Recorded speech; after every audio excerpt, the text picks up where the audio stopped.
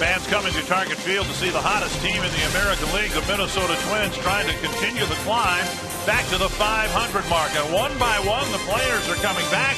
Joe Mauer returns to the lineup tonight after missing 58 games.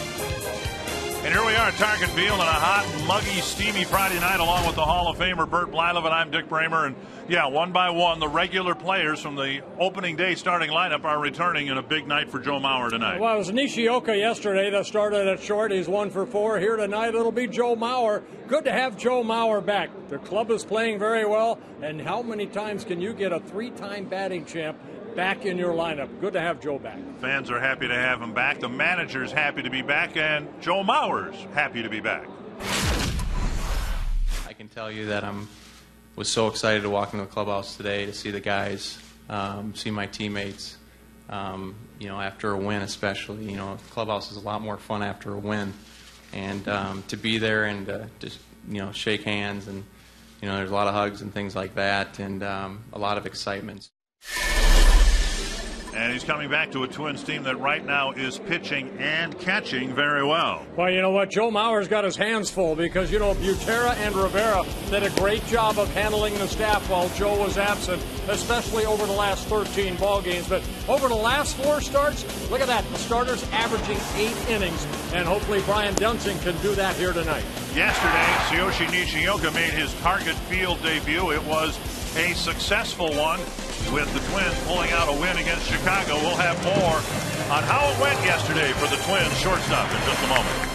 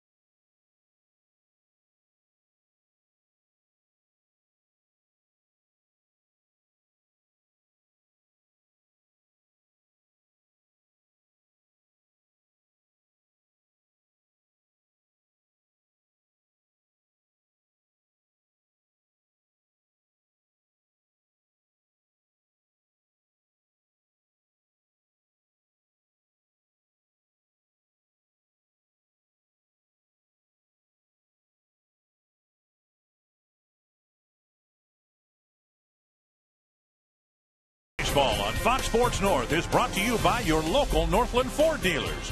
Visit your local Northland Ford dealer or go to northlandford.com. And by Menards. Save big money on all your home improvement needs at Menards. Welcome back to Target Field. First pitch just moments away with Ron Coomer. I'm Kevin Gordon. Tsuyoshi Nishioka back in the lineup yesterday at shortstop. Cowboy hat today, taking ground balls. Very entertaining. But he's a guy, Kevin, that this team really needs. They went out and got him because of his athletic ability, and he's been back. The one thing you're going to see is the way he moves at shortstop. He's much more comfortable at short than he was at second base. This play right here is what Gardy was expecting out of him. Great range and great movement. The one thing that they were wondering about in spring training and why he ended up at second base is this play. Does he have the arm strength to throw the ball across the infield on the ball hit to his right? Obviously, Gardy didn't think so. He goes down to Florida after he breaks his leg. All of a sudden, the guy's coming back, making that throw. His arm strength is up. He looks like a good quality shortstop, very quick on his feet. Successful comeback last night for Nishioka. A comeback today for Joe Mauer. He'll catch Brian Dunsing. The starters have been on fire just like the team. First pitch is next.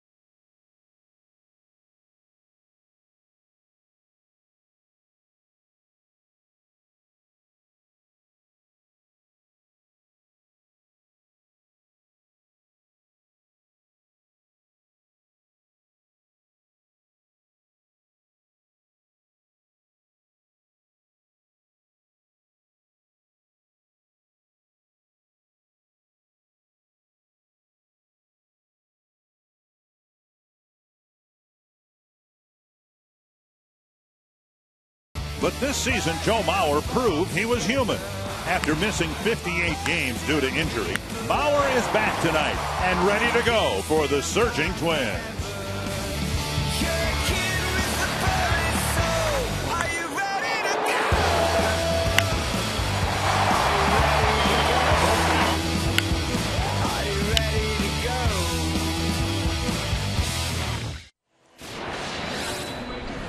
It took a little more than 2 months and almost 60 games, but Joe Mauer has got his catching gear on, ready to take the field, ready to catch Brian Dunsing. You know what, Dick? This is kind of like opening day to Joe Mauer. I'm sure he's very nervous as you see him go up the steps right there.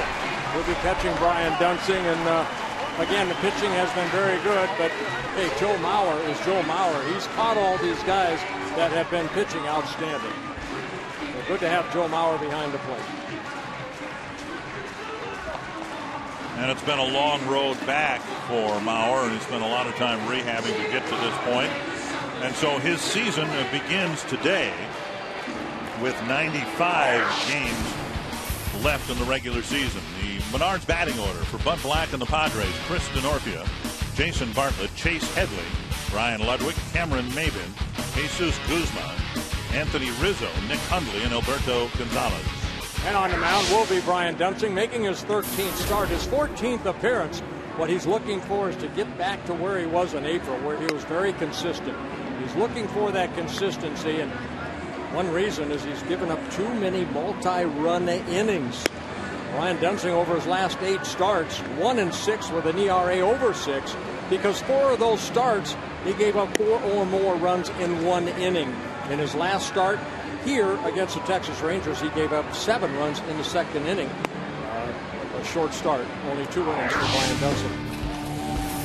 And here's the Northland Ford defense for the Twins. Delman Young on left, Ben Revere in center, Jason Repko in right. Valencia and Nishioka left side of the infield, Casilla, Kadire the right side. And yes, Joe Mauer back behind the plate. Nishioka probably entering the first inning of this game with a little more settled nerves than he was yesterday at this time. Well, you know what, he even said that when the ball was hit to him a couple times in that first inning, it was kind of a good thing. That way he could, you know, kind of get the butterflies out. The same thing that Joe Mauer's going to have here tonight. The butterflies are definitely there for Joe Mauer. And on the mound, Brian Dunsing, sometimes when you struggle, you know, we saw Carl Pavano last year, you know, grow the stash. Right. And, you know, Brian Dunsing saying, you know what, I'm going to show more sock. Okay. And hopefully that works. Whatever it takes, Brian Dunsing, get some quick outs. Well, let's hope for no rain interruptions either. That might help Brian's performance and his disposition. He's run into, more than any other Twins pitcher, a lot of weather issues, including in his last start against the Rangers. Leadoff batter is Chris Denorfia. And he takes ball 1. Yeah, the Padres coming into this ball game, 30 wins and 40 losses, 9.5 games in last place behind the San Francisco Giants. This is the 4th time that the Twins have played the Padres in interleague play. For Brian Dunsing, his other interleague play start came in Arizona, where he was pitching really good. Then he had one of those multi-run innings and ended up losing that ball game. Up high, 2-1. Denorfia, Bartlett, and Headley face Dunsing here in the first inning.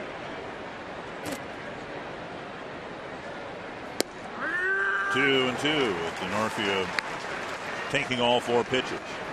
Oh, Dunsing not overpowering. He has to hit his spots. He's a lot like Nick Blackburn, Carl Pavano. Not going to overpower anybody. He's got to work with Joe on the way that Joe moves in and out. Tapper to short. Nishioka digs it out and fires to Kadire, 1 away. And tonight's broadcast is on AFN, the American Forces Network, broadcasting to the U.S. Armed Forces, serving in 175 countries and aboard ships at sea. They're watching around the world: Iraq, Germany, Italy, Southwest Asia, South Korea, Japan, and other points. We all welcome you to Target Field here in Minneapolis. We sure do. God bless you all, and thank you for protecting the United States and the world. Here's Jason Bartlett, of course, the former Twin in his first year with San Diego. And he takes up and away, ball 1. Yeah, Bartlett, 31 years old. He was with the Twins from 2004 to 2007. 4 years and then 3 years with the Rays before getting traded over to the Padres. And remember, he started with the Padres. They're a 13th round pick back 10 years ago, and the Twins got Bartlett for Brian Buchanan. Soft liner, too tall for Nishioka, and Bartlett has a bloop single. So a 1-out single puts Bartlett at first with 1 down. Bartlett and Headley to the plate. Yeah, Bartlett leading the Padres in stolen bases. That's one area, not only the pitching, but they run a lot. They have stolen 64 bases on the year. And Nishioka trying something new, I guess, showing everybody that I guess the leg's okay. Well, I think he's had a time to watch our telecast. He's heard you talk about pitchers being the best athletes on the team, and I think he was not even close to being a pitcher. Come on. Here's Chase Headley. Twins coming into this series having swept the White Sox in a 2-game series, and over that 2-game series, Twins pitching staff got the White Sox to bounce into 6 double plays. Yeah, Dunsing's had 6 double plays turned behind him so far this year, making his 13th start, his 14th appearance. On the outside corner, and it quickly goes to 0-2. And Bartlett at first base, 12 stolen bases. He's been caught 4 times. Only the Mets have more stolen bases in the National League.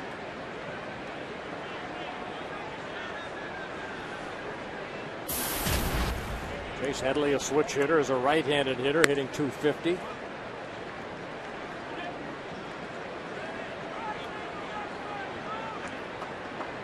Padres really struggle to score runs, particularly at home.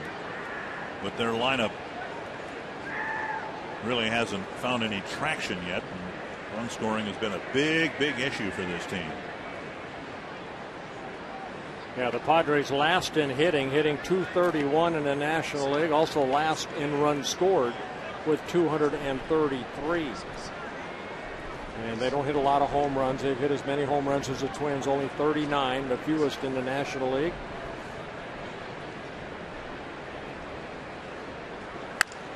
And that dumped over the head of Kadire into right field. Bartlett will round second but hold there. So first and second, a couple of flares have dropped in here against Dunsing, and that'll bring up Ryan Ludwig. Yeah, I thought Bartlett hit a pretty good pitch, but this pitch right here up in that strike zone, just above the belt. And Chase Headley, hitting that ball the other way. Good job by Repko charging that ball, and that keeps Bartlett at second base. Ludwig, the cleanup hitter and designated hitter for the Padres. There is a minor adjustment for National League teams coming over to American League cities, and the adjustment limited to taking a position player and putting him in the DH spot, maybe just for one game. Bouncer third, and Valencia looks around the diamond and throws to Kadire, 2 down. Almost hit too slowly to be a double play. The ball and Valencia intersecting in front of the third base bag. Yeah, I mean, if that ball's hit a little bit harder, Danny's got a chance to catch the ball, tag third, and then hopefully get Ludwig out at first. Instead, Ludwig the out, but both runners advance. Bartlett to third and Headley to second. Cameron Maben comes up in a key spot here early in the ball game. Throughout that Chicago series, the White Sox had several opportunities like this, couldn't get a 2-out hit to save their lives. Yeah, Maben in his first season with the Padres, originally with the Tigers, spent some time with the Marlins. Check swing. Mauer with a nice block. Strike one. No swing. I beg your pardon. Brian Knight said he didn't go. Nevertheless, a good block by Mauer. Well, you know a breaking ball's coming. Joe deadening the ball right there in front of home plate. And very close right there to maybe being a called strike.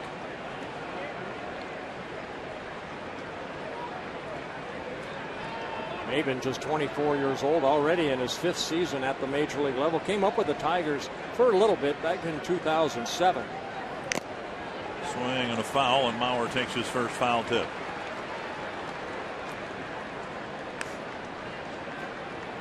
Mauer played in 9 ball games in April before he went on a disabled list. Drew Butera and Rene Rivera both staying with the ball club. That might change when this series comes to a close and the Twins have to play by National League rules Tuesday in San Francisco. 1-1. That's a half swing, and he went 1-2. Good hard breaking ball down and in, and Maben right there this time unable to hold up. Just a hard breaking ball.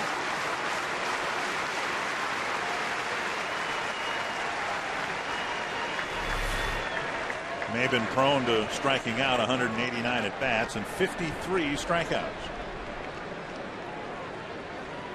Right down the middle. Throws him with a fastball, and Brian Dunsing strands a couple of Padres in the first.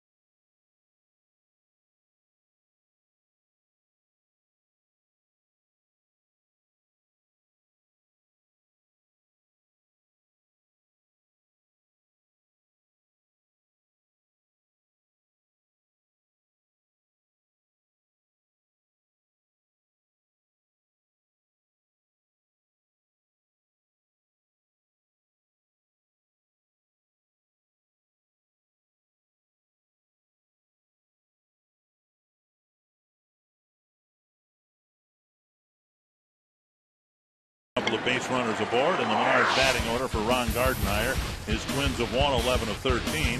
Ben Revere, Alexi Casilla, Joe Mauer, Michael Kadire, Delman Young, Danny Valencia, Tsuyoshi Nishioka, Luke Hughes, and Jason Repko. And on the mound, Clayton Richard making his 15th start, second career start against the Twins. And don't let his record fool you, 2-8. He has not had a lot of run support. There's the scouting report right there. His first start coming in his second major league start back in 2008. That's when the last time he faced the Twins as a starter. Bobbled, and that's all it takes. Alberto Gonzalez bobbles the grounder, and with Revere's speed, he'll be at first base on an error. Yeah, Gonzalez making just his second error of the year. Got in front of that ball. It came up on him a little bit. And a speedy Rivera at first base by the gift error right there. For the Padres, that's their 51st error on the year. This is their 71st game. And of course, Gonzalez playing at second base because former Twin Orlando Hudson is on the disabled list for the second time. Casilla takes up and away, ball one.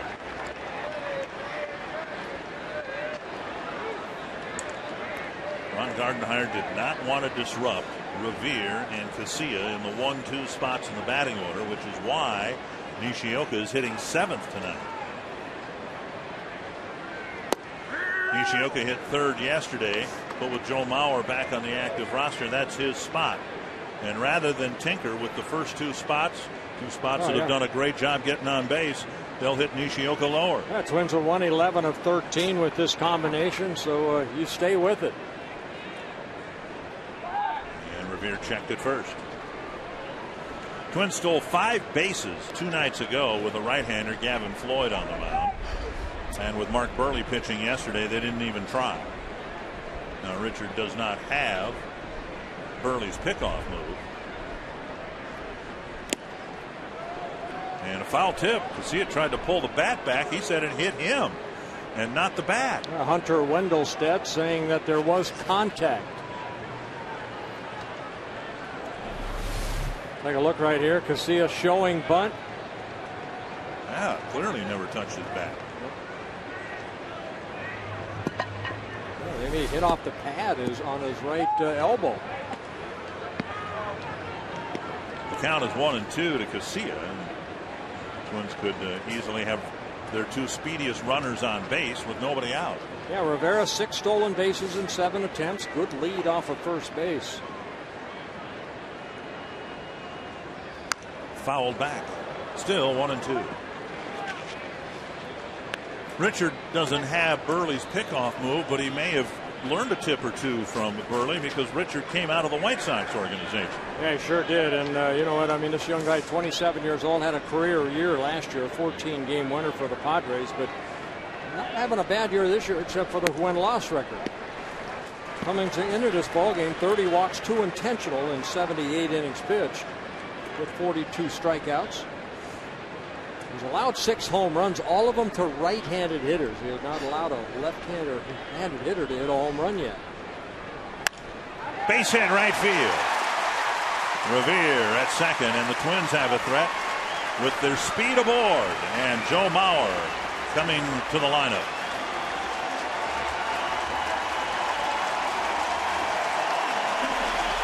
The catcher, number 7, Joe Mauer. Very nice. A standing ovation for Joe Mauer.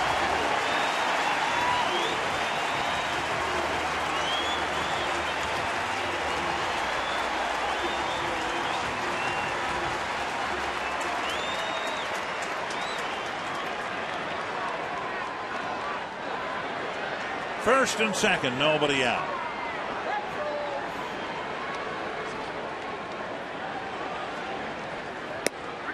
And a belt-high fastball, strike one. Can't help but think when Joe missed spring training in the first month of the season a couple of years ago. On his first swing of the season, he hit a home run and went on to win the league MVP award.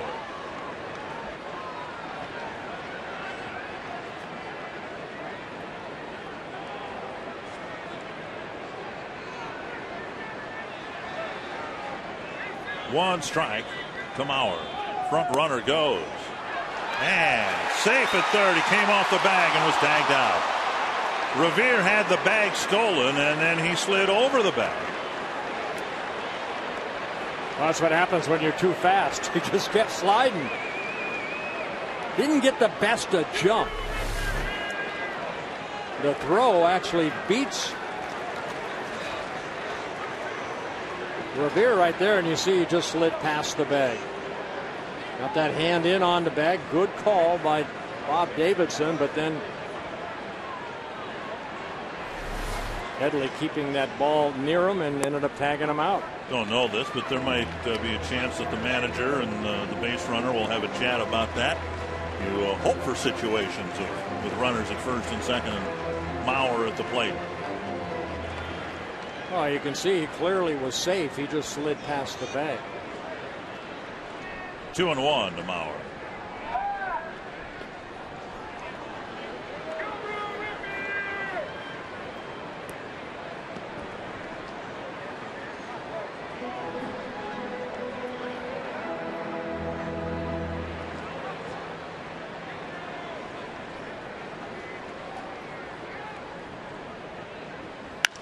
Lifted foul down the left field line.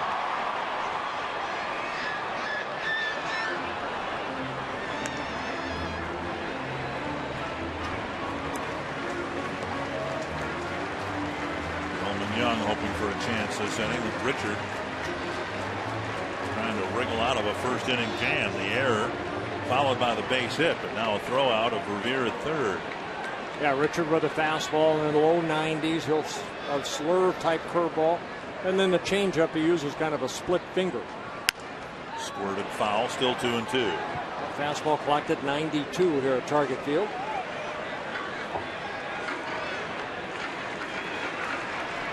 Mauer last year hit .327, third best in the American League.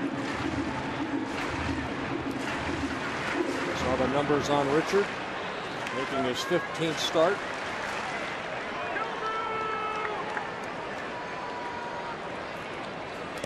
That kicks away, and Casilla will go to second. And think about third. So a runner in scoring position and a full count to Mauer with first base open. Yeah, a wild pitch will be charged to Richard, his third of the year.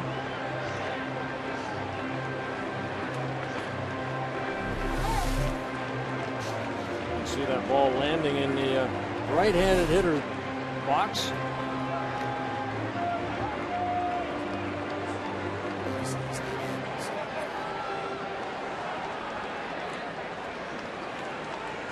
Full count to Mauer. Grounded up the middle and a base hit. Casilla around third. He's coming in. Maben with the throw to the plate. Not in time. And Mauer drives in a run. Will go to second on the throw. And it's 1-0 Twins. And again, welcome back to the lineup, Joe Mauer. Well, Mauer picking up his 5th RBI of the year, going right back up the middle. And the wild pitch ends up hurting Clayton Richard as Mauer gets a fastball. And what he does so well, good contact up the middle. Casilla with his speed at second base ends up scoring. You can see the 2-month layoff really affects his swing.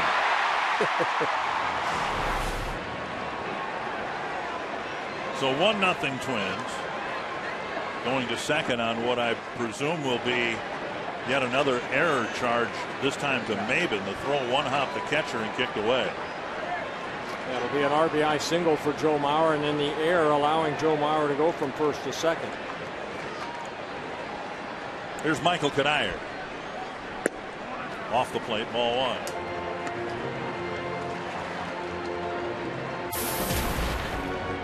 I know Ron Coomer in the pregame said with Joe Mauer in the lineup just going to make everybody better, and I don't know Michael Kadire could be any better than he has been as of late. It's swinging a hot bat. It's been such a steady climb. It seems like every week when you look at Kadire's batting average, the second digit is one number higher, from 230 to 240, 250, 260, and now at 282.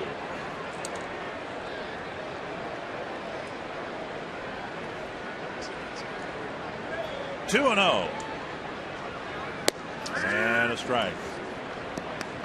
And these are the type of climbs and batting average that you really enjoy if you're watching a team or a player, because it's steady rather than getting a 4-hit night one night and getting shut down the next. It's just been 1 or 2 hits, it seems, every game for Michael Kadire.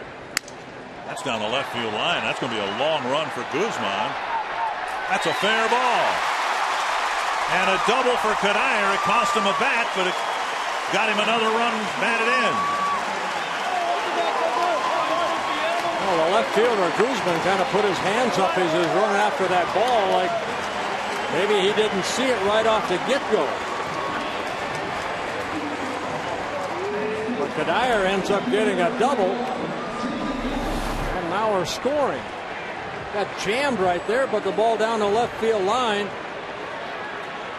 And the ball landing fair and then into the crowd. Well, here's Delman Young.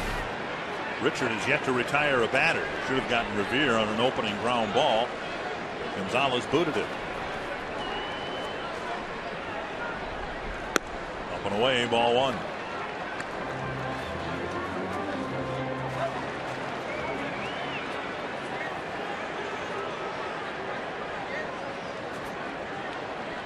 So far, the number 3 batter's driven in a run.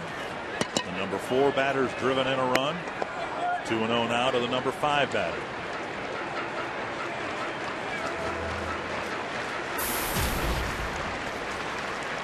Well, Richard came into this ball game over his last 5 starts, 0-4, but an ERA under 3, 2.93. A couple errors made by his team behind him, not helped. Now 3-0 with Valencia on deck. Richard going from Chicago to San Diego in the Jake Peavy trade. Peavy, when he's been healthy, has been pretty good. He just hasn't been healthy enough to suit the White Sox. And a 4-pitch walk puts Delman Young aboard. Northland Ford defense for the Padres. Jesus Guzman in left, Cameron Maben in center, Kristen Norfia in right, Hadley, Bartlett, Gonzalez, and Rizzo in the infield, and Nick Hundley behind the plate. Aaron Bosley, the pitching coach for Bud Black. Quick trip to the mound.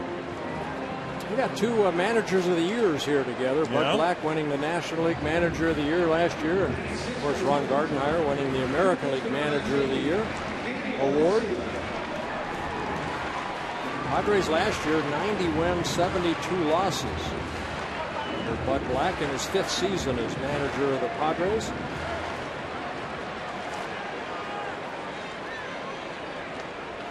Well, here's Danny Valencia.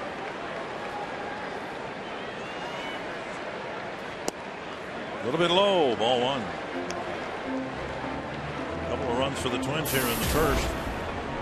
A chance to break the game open with the powerful Valencia at the plate.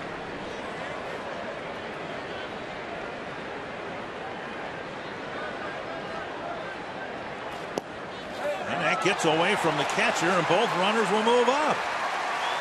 Well, the first one was a wild pitch. This looked like it just caromed off the catcher, Hundley.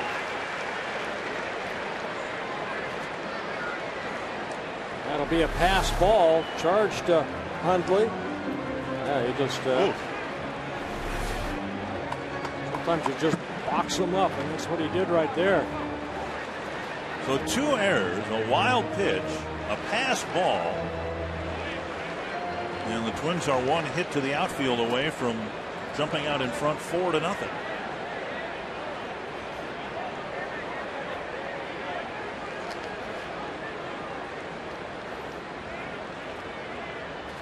That's deep to left field. It's 5-0.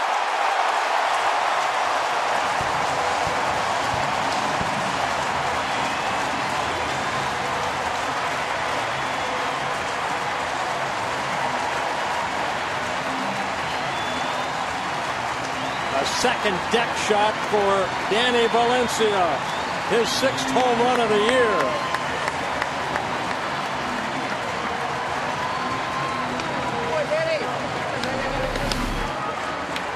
line drive home run fastball right there. Good swing by Danny Valencia. He puts the Twins up 5-0.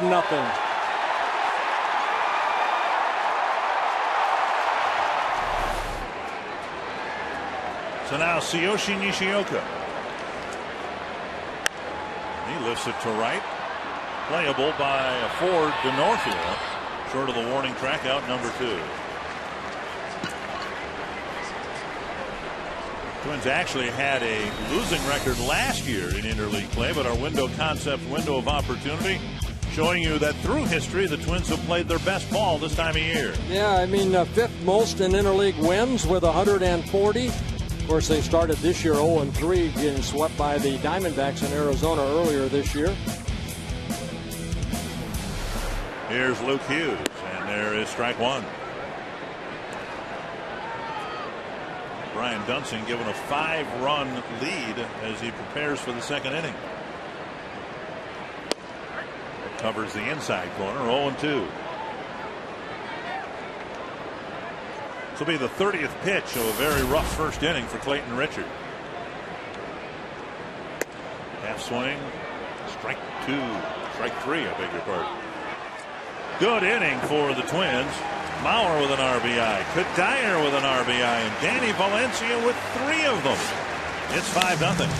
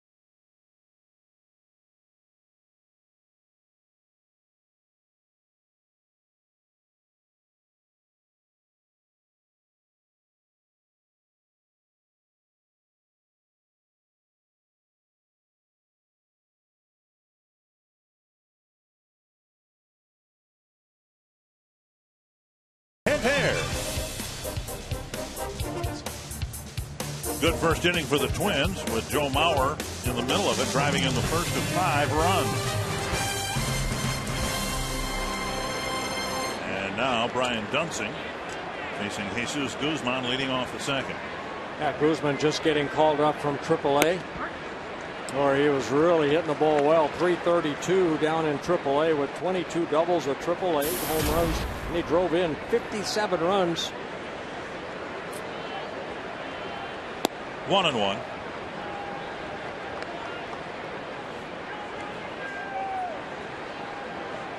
Well, Dunsing, who, as you said, has been giving up some big innings this year, is the beneficiary of a big 5-run first. Well, when you get 5 runs like Dunsing is, you don't want to change your game plan around that much, but you need to attack the strike zone even more. Down and in, 2-2.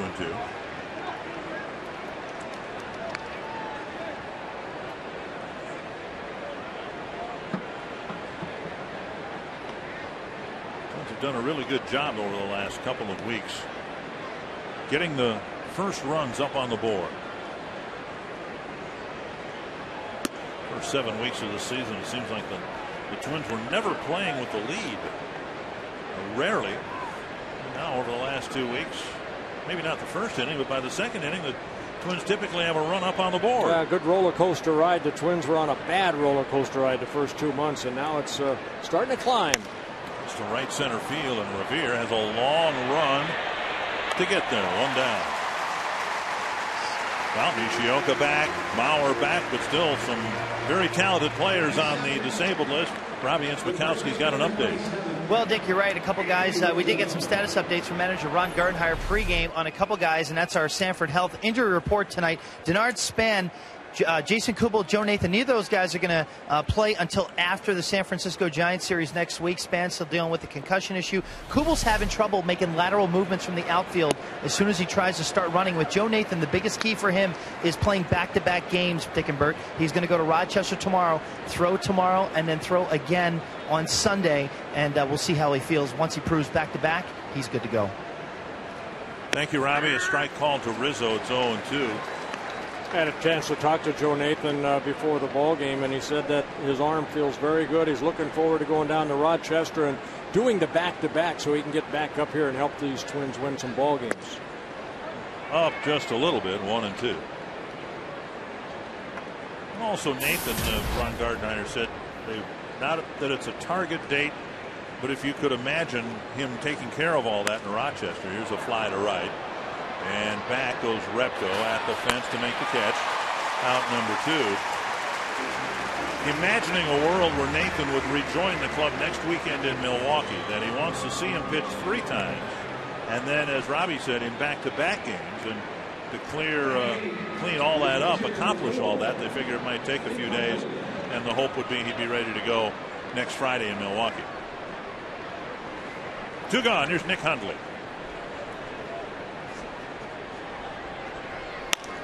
That's fouled into the seats. You know, that catch that Repko made right there, we haven't seen too many balls hit like that to where, remember that limestone that sticks out a little bit, Repko going all the way to the wall, and when he on his way back, he was kind of looking up at the limestone, so you know, it probably came very close to maybe hitting that. Sticks out about 10 feet. 2 strikes. Yeah, it sticks out more in toward the gap than it does down the line. Right. So it's much more of a factor right above where Repko caught that ball. Yeah, more the U.S. Bank rather than the CenturyLink sign. Down and away, 1-2. Well, while we're here playing the Padres, the Tigers are in Colorado playing the Rockies. There you get a view. You can see with the depth of the shadow there, the angle that's created by that limestone porch. 1-2 to Hundley. And Dunsing answers a 5-run bottom of the first with a nice, tidy top of the second.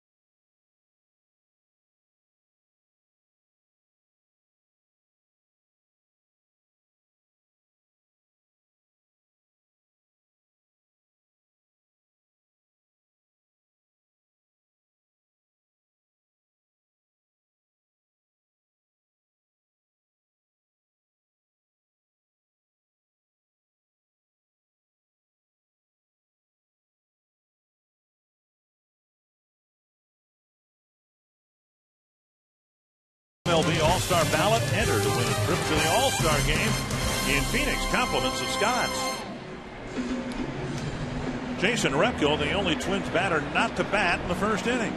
And he'll lead off the second, followed by Ben Revere and Alexi Casilla.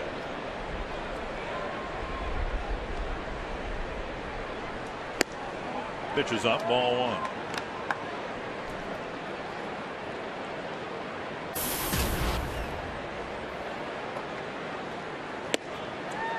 And now 1-1. Now Richard making his 15th start of the year, his 82nd major league start, 27 wins, 27 losses in his career.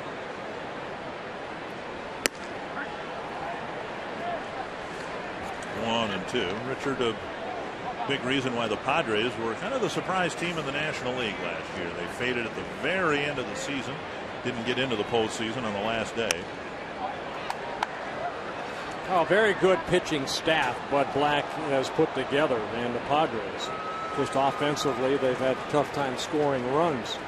And their home ballpark, part of that, one of the great pitchers' ballparks in the new era of ballparks. Repko strikes out. It's amazing. You look at what their scores have been, and I mean, they've been shut out 11 times this year. That's like once a week. One down. Well, Ron Coomer, good start for the Twins tonight with a 5 spot in the first inning. Those are always good, aren't they, Bert? And you're pitching, don't you like coming in with a five-run lead? It's in your favor, yes. But you know, when you look at our ball club here in the last 3 weeks or so, and the improvements that have happened, guys like Ben Revere have been unbelievable. Just watching him from the first time we saw him maybe in big league camp to now, this is a different, much more confident guy than we've seen for a long time.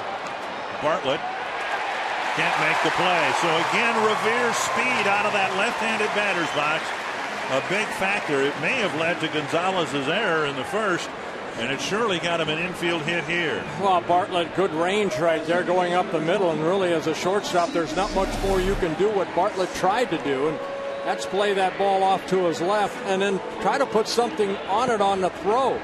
And Revere's speed just beat it out. You know, guys, in watching Ben Revere from when he first got here, and he hooked a lot of balls in the game and in BP, now all of a sudden you see him going with the pitch a lot more, hitting the ball through the middle, and understanding if he hits it on the ground, things like that and like the first inning are going to happen for him.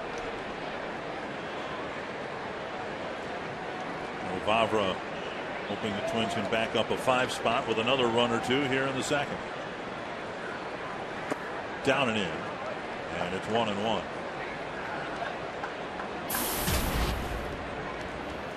One of the reasons Casilla is such a good second place hitter, when he can put the ball in play, he's a switch hitter.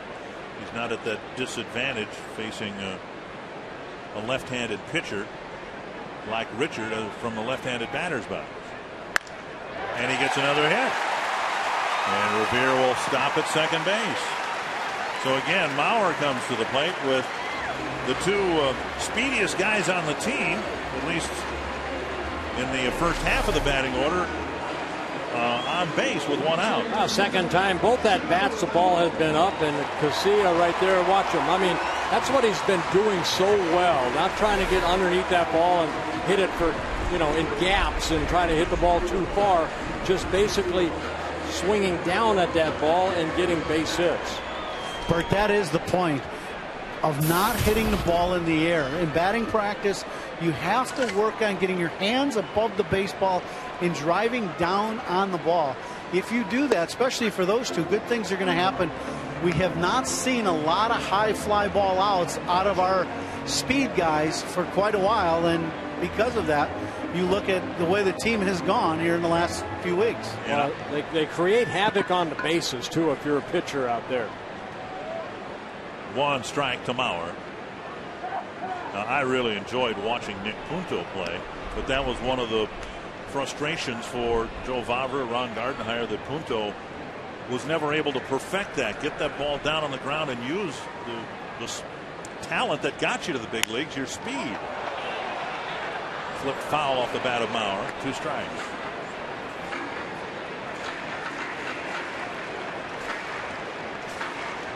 Casillas at first, Revere's at second, and Mauer with 2 strikes. Yeah, Mauer got the Twins on the board with the RBI single in the first inning, driving in Alexi Casilla. intended foul.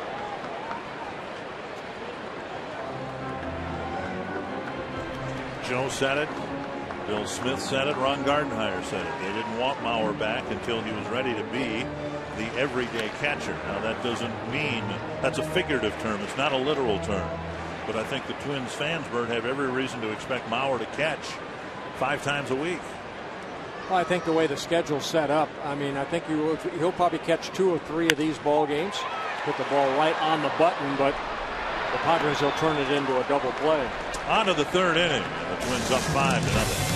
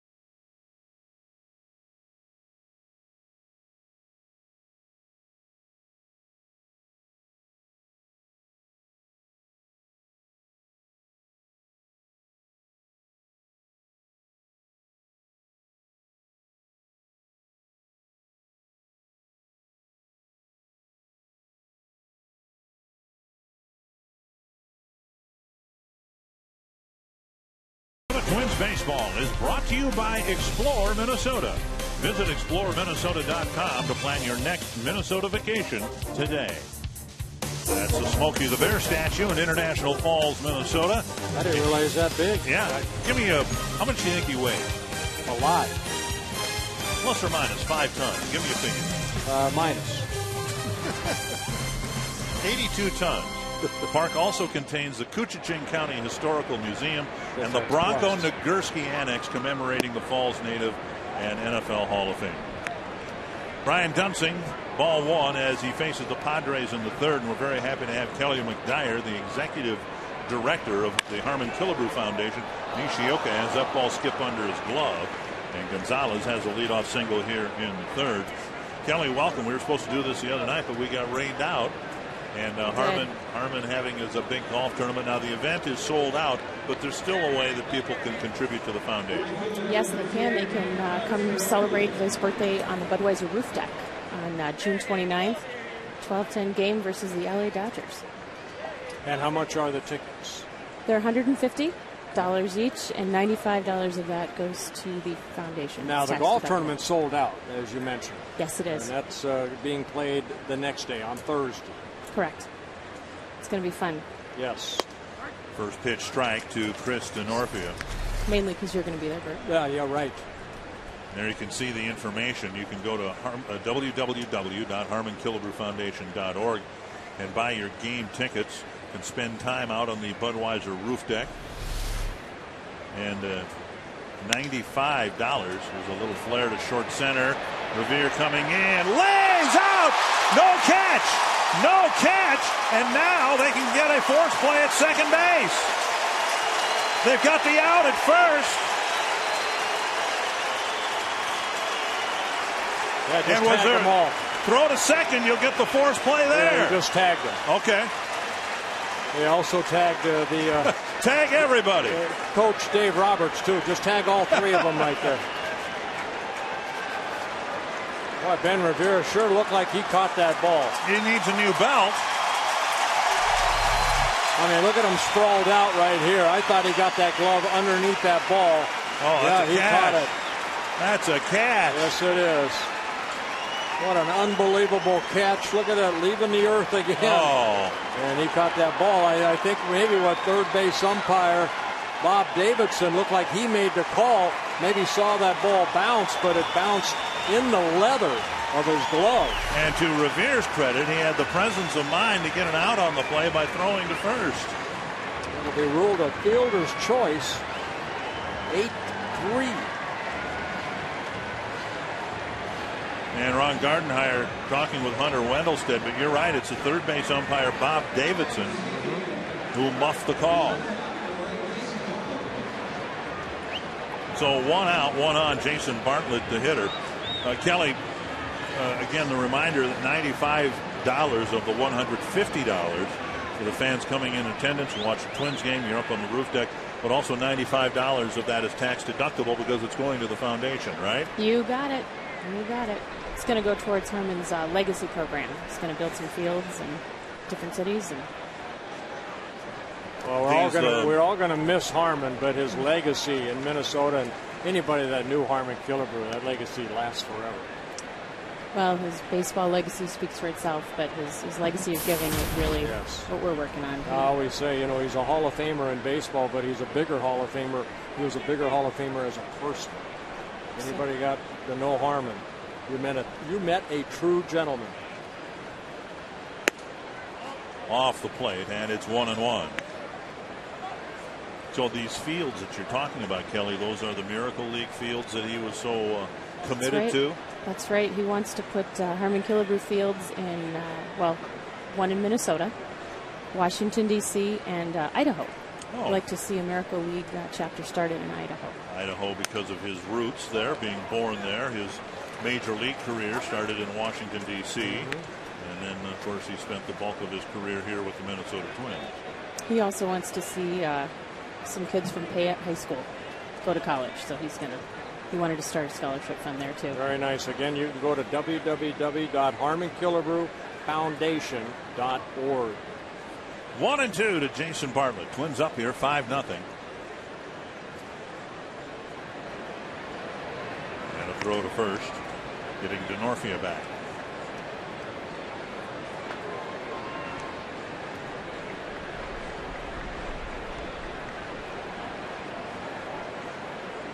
Kind of fitting, I guess, that the Dodgers are in town for what would have been Harmon's 75th birthday, because the Dodgers, of course, were the Twins' opponent in the one World Series that Harmon played in.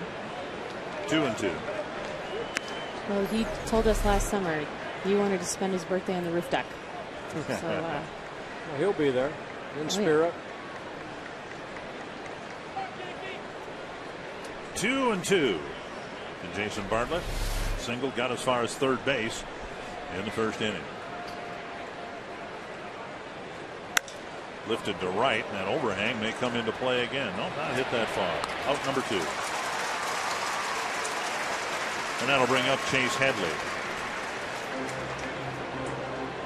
I would imagine, Kelly, the commitment from the Harmon Killebrew Foundation is to keep events like the golf tournament alive and going forward, even though Harmon won't be there to greet everybody on the 14th, 15th hole like he used to. He won't be there physically, as Bert was saying, but you know, his family is active, and Nita is wonderful. She's going to do her best to fill his shoes. Headley singled his first time up, and this one down the right field line, and that's going to be trouble. Repko with his speed can't field it cleanly. It may lead to a San Diego run. Rounding third and heading home is DeNorfia. And a double off the bat of Chase Headley puts San Diego on the board. Yeah, Headley's 19th double of the year. Repko gave it a good try. Now, we kind of lose that little area where we're sitting, but watch him go right here after the ball, and then couldn't get that one little hop right there. And if he's able to do that, then probably DeNorfia has to stop at third base. But Glenn Hoffman, the third base coach, seeing that, and a run scores, and it's a 5-1 ball game. Here's the San Diego cleanup hitter, Ryan Ludwig.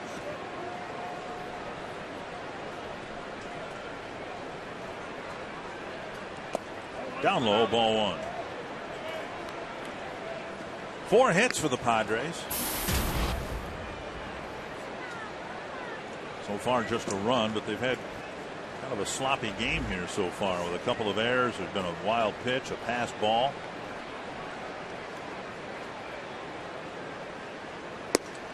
Two and 0. Dick Bramer, Bert Blyleven, joined by Kelly McDyer, the executive director of the Harmon Killebrew Foundation. And Harmon's golf tournament at the very end of this month. But again on June 29th, if you'd like to contribute. A little fly ball to right field. And Repko comes in to end the inning. We encourage you to check out HarmonKillebrew and join Harmon and his friends in spirit on the roof deck.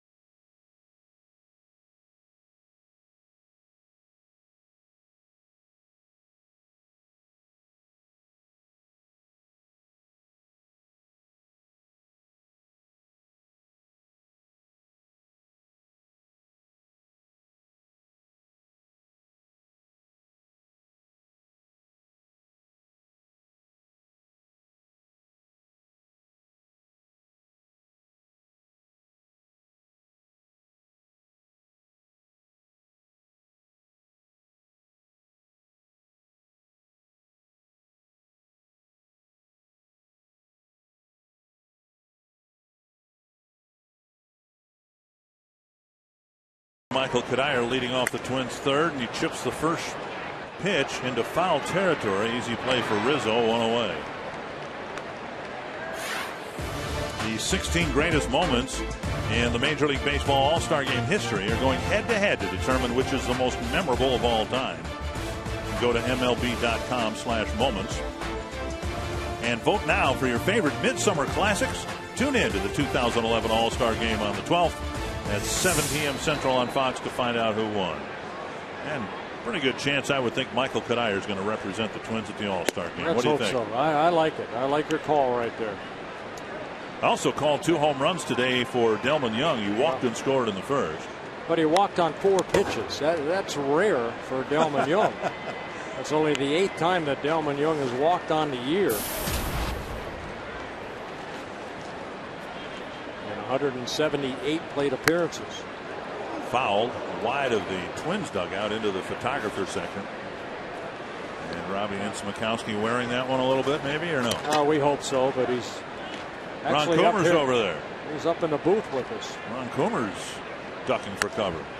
This one doinked down the right field line, and DeNorfia with a catch just inside fair territory, out number 2. And Twins baseball brought to you tonight in Sony High Definition. Beautiful summer night in downtown Minneapolis. A threat of rain, but so far not a drop has fallen. Another night game tomorrow, day game on Sunday, and then the Twins have another off day, and they'll play by National League rules in San Francisco and Milwaukee. Down low, a ball to Valencia, who clubbed a 3-run home run his first time up.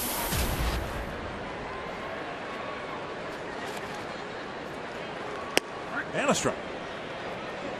Yeah, Richard fell behind 2-0, came in with a fastball, and Valencia did not miss it. Now chopped up the line. It'll be an easy play for the first baseman Rizzo. 8 pitches, a 1-2-3, bottom of the third.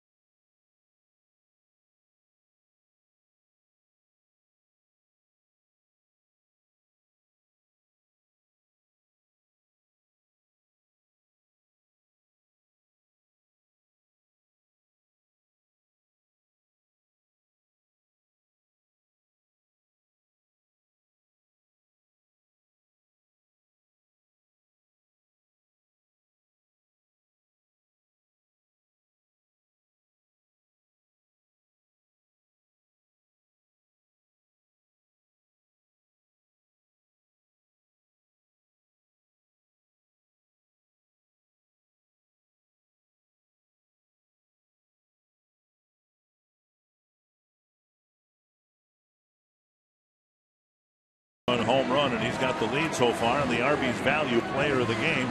You can vote. Text the word value followed by a space in the player's name to short code 234-234. Ben Revere made a great catch that didn't count. He's gotten on base twice, hasn't hit a ball out of the infield yet. Been a good night for the Twins.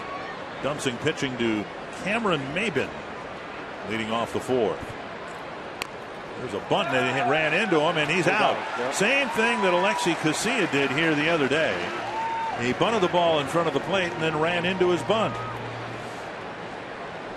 May have been a speedster like Casilla trying to get on and squares to butt, and then once you're out of that batter's box, that ball makes contact with you, you're automatically out.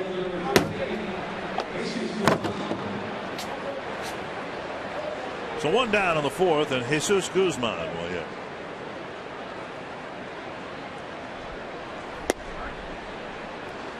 Guzman brought up to the major league club. Jorge Cantu was released, designated for assignment. Guzman signing as a free agent over the winter. He came up with the Giants back in 2009, played in only 12 ball games. So making his first major league appearance since 2009.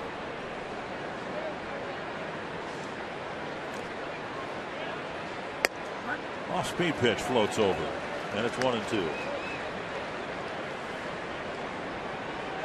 Dunston probably putting himself under the microscope a little bit. He struggled.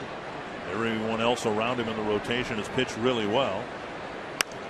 Everyone else around him in the rotation has been at it longer than he has. In his first full year as a starter, Dunston started out great, hit a little bit of a speed bump, and now hopes to get back into a groove. Well, you know, last start, sometimes you look at a start like he had with the rain and everything, it was muddy, you kind of throw that out, but the start prior to that in Kansas City, outstanding, 8 shutout innings for Brian Dunston. But he's just looking to be consistent, and you know, he's had 4 starts out of the last 8 where he's had that big inning that has really hurt him. 50 pitches, 33 for strikes for Brian Dunston. No walks, couple strikeouts.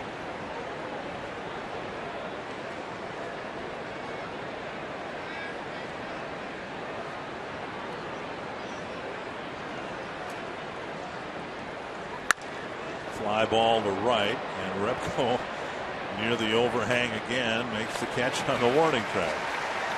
2 down. If you like the great out of doors and spend a lot of time in the woods and on the lakes, You can gain firsthand experience from the experts on Fox Sports North Outdoors every Saturday and Sunday morning. It's presented by Menards. You'll see it tomorrow morning at 6 and then Sunday morning at 8. 2 gone. Here's Anthony Rizzo. Called up just a couple days ago, and he takes a mighty swing and a miss. Cantu designated for assignment, and that opens up first base for the young prospect the Padres got from Boston in the Adrian Gonzalez trade.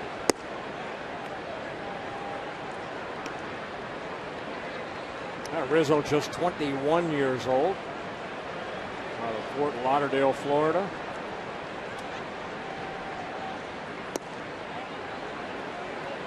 Two and one.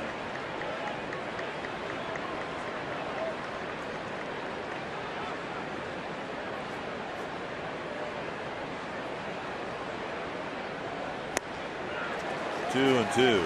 A big uppercut swing right there by Rizzo.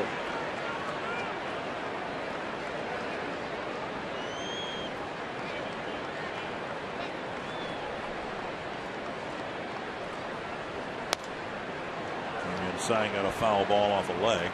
2 and 2.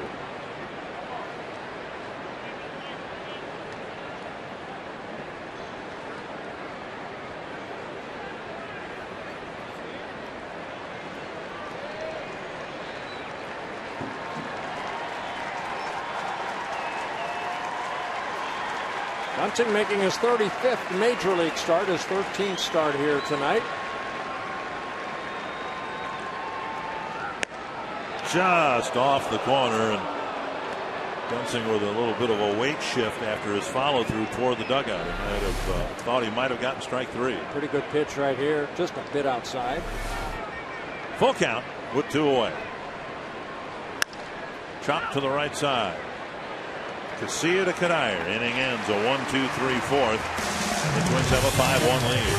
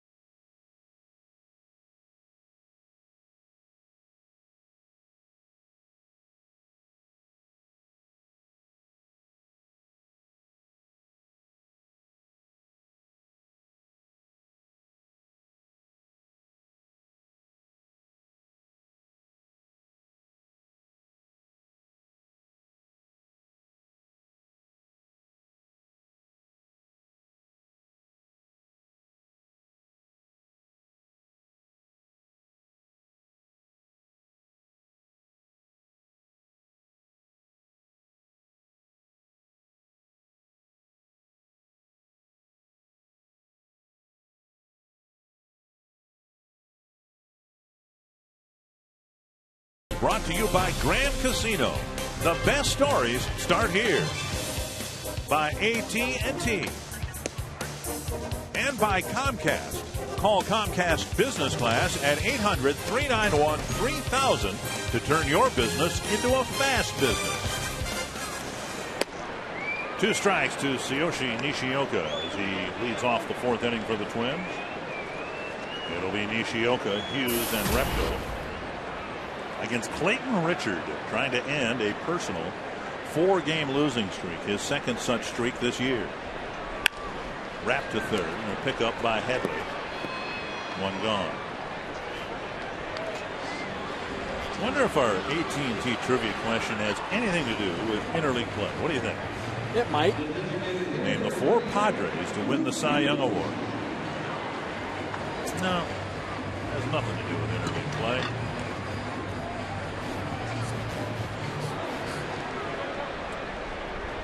Randall Jones is one of them, isn't he? Yes, he is. Strike one. Luke Hughes, the hitter, went down swinging his first time up. Guy I played with that's in a Hall of Fame in the Texas Rangers. I know he won one there. Huh? I played with him when we were teammates in Texas. Then he won a Cy Young with the San Diego Padres. Really? Mm-hmm. Well, I think you stumped me with that. Not Randy Jones. Okay. Not Jake Peavy. 2 strikes. Trevor Hoffman won one as a closer. Every once in a while, a closer will win the Cy Young award. And not Mark Davis. Inside. One more. He played with you in Texas. Mm-hmm. And then he went to San Diego and won a Cy Young award. Yeah, I mean, went with a lot of different clubs, but that was one of them.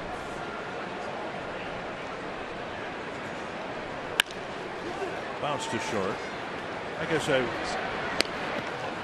right, well, I'll guess Gaylord Perry, but. Ding, ding, ding, okay, ding, ding, right. ding. Well, you can ask a question of us online at carsoup.com/baseball. Max Daniels from Richfield wondering whether there's any chance Joe Mauer could still qualify and presumably win a batting title. It's going to be very hard. Player needs 3.1 plate appearances per game to qualify. In a 162 game schedule, the number of plate appearances required is 502. Right now, with his 2 tonight, he has 39. So he would literally have to be the everyday catcher, I would think, for him to have any chance of getting 502 plate appearances. But he can hit 400 anyway if he wants. Sure. Down and into Repko. Well, Repko, a strikeout victim. The second for Clayton Richard. That coming to lead off the second inning. Up and away. Now, George Brett, when he nearly hit 400 in 1980, had just over the 502 needed to qualify for the batting title inside. And if anybody ever hits 400 again, it would have to be under those circumstances, I would think. Hope to the right side, and that'll roll through a base hit. So Repko with a 2-out single to right. Now they throw behind him, and he gets back. It hits him, and Repko's going to advance. It'll be the third San Diego error, second on an outfielder, with the right fielder Denorfio's throw hitting the runner. Well, first of all, good hitting by Repko. Got a fastball away and just went with it. And Denorfio coming in as Repko rounded the bag, tried to throw the ball behind him. Repko dives back into the bag. That ball's off the plate. You can see Repko getting a base hit and then diving back in. And it looked like it got the shoulder of Repko, and then he scoots over to second base. He'll be charged a third error for the Padres in this ball game. And Ben Revere waits and takes low, ball one.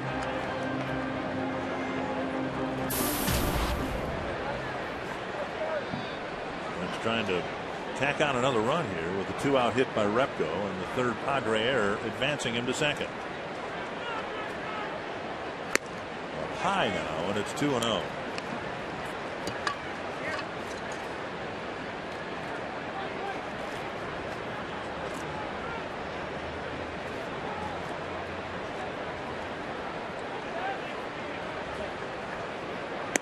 And there's a strike, 2-1. Tigers playing in Denver, and Detroit and Colorado tied at 1, bottom of the second inning. And the White Sox about ready to get started in Arizona. Squirted to left, down for a hit. Repko around third. He's coming in. Guzman charges, throw to the plate. Not in time, and the ball hits Repko again. And Revere loops a single to left to drive in another Twins run. I don't know if that ball hit Repko or if Hundley tried to catch the ball and then it hit his glove. But Revere picking up a RBI, his 5th of the year. The breaking ball up, he just slaps it the other way. Now the outfield not playing very deep. Guzman comes in and watch the throw. Hundley gets the ball, and I think when he tried to tag him, that ball did it not come out of his glove, or did it hit Repko? Okay, it hit Repko. And Revere to second on the throw. Here's Casilla. 2 hits to right field so far, and he takes ball 1. Well, the Twins have done a little bit of everything here tonight. 3-run home runs are nice. Valencia's got one of those, but how about the excitement Ben Revere has brought to this game just in the first 4 innings? His speed and Gonzalez's awareness of it. We'll take a look at the throw coming again with the ball hitting Repko. Revere's speed and Gonzalez being aware of that speed may have contributed to that opening error in the first inning. Then Revere gets an infield hit. Now a looper to left field for a hit, and on a throw to the plate he goes to second. He actually made a great catch in center field. It just didn't count. 3-0 now to Casilla with Mauer on deck.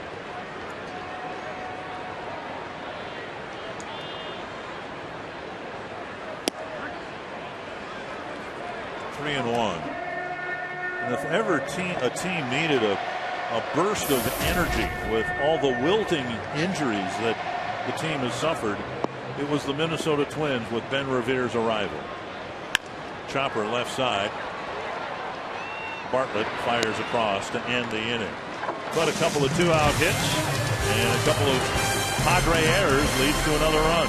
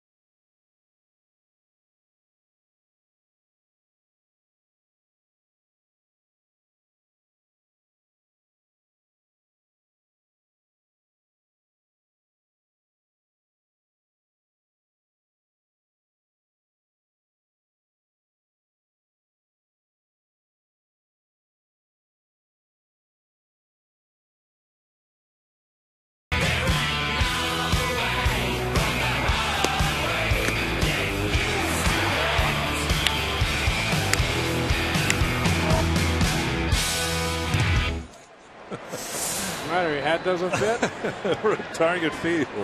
And the Twins have a 6-1 lead. Ron Coomer, Robbie Ince-Mikowski, Bert Blylev, and Dick Bramer. Twins opening up this interleague series with the Padres. Brian Dunsing with a 5-run lead again after the Twins got a run in the bottom of the 4th. Nick Hundley leading off the 5th to be followed by Alberto Gonzalez and Chris DeNorfia. Yeah, good. Even though that run was unearned by the Twins, good to get that 5-run lead again. Padres put one on the board in the top of the 3rd, but the Twins come back with one in the bottom of the 4th. Dunsing right now 60 pitches, 39 have been strikes, no walks, a couple strikeouts.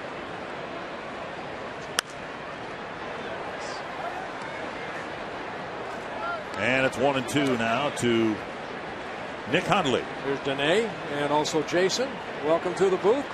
There are lucky winners here with the Circle Me Bert.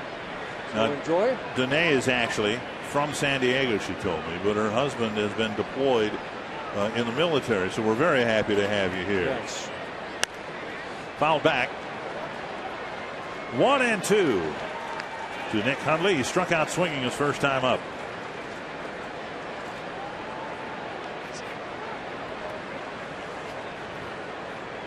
You look good in the cowboy hat. Yeah, yippee-ki-yay. His husband's in the Marines. 1-2. Dunsing had a 5-0 lead after one inning. The Padres got one back in the third, but the Twins answered with one in the bottom of the fourth.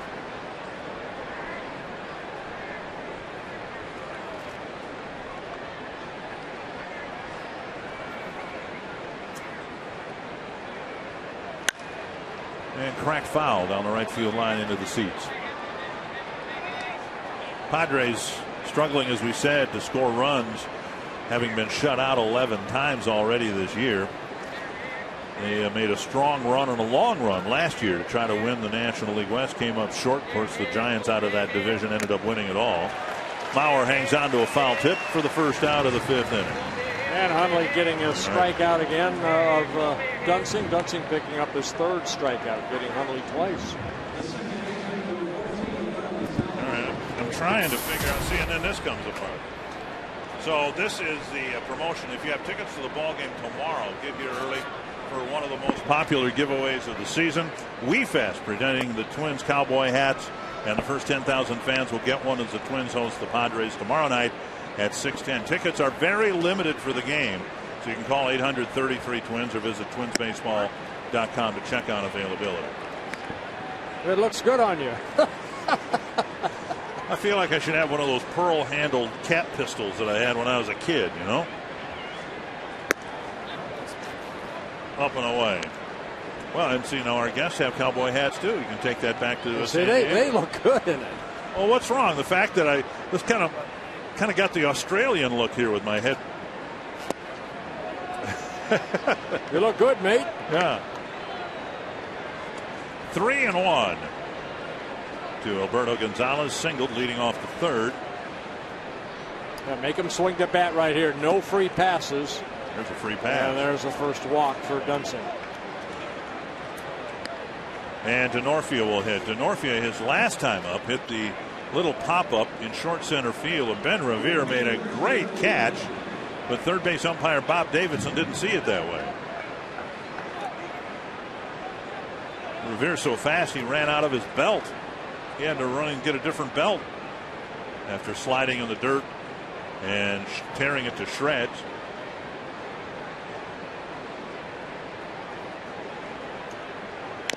Fouled off a foot. That's going to hurt for a while.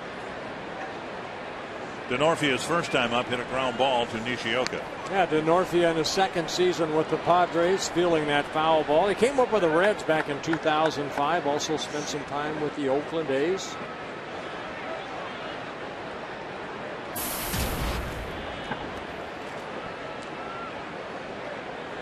Getting a chance to play here in San Diego with the Padres.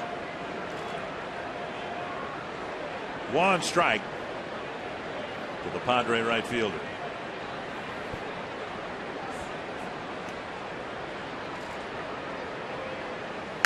There's a base hit to right field. Gonzalez to second. He'll hold up there, and the Padres with a threat here. One gone in the fifth. And that'll bring Jason Bartlett to the plate. A single and a fly ball to right. Fifth hit for the Padres in the ball game. 4 singles and a double. The RBI double by Headley, who's on deck. Bartlett's bounced into 5 double plays this year. Dunsing's getting most of his outs on fly balls here tonight.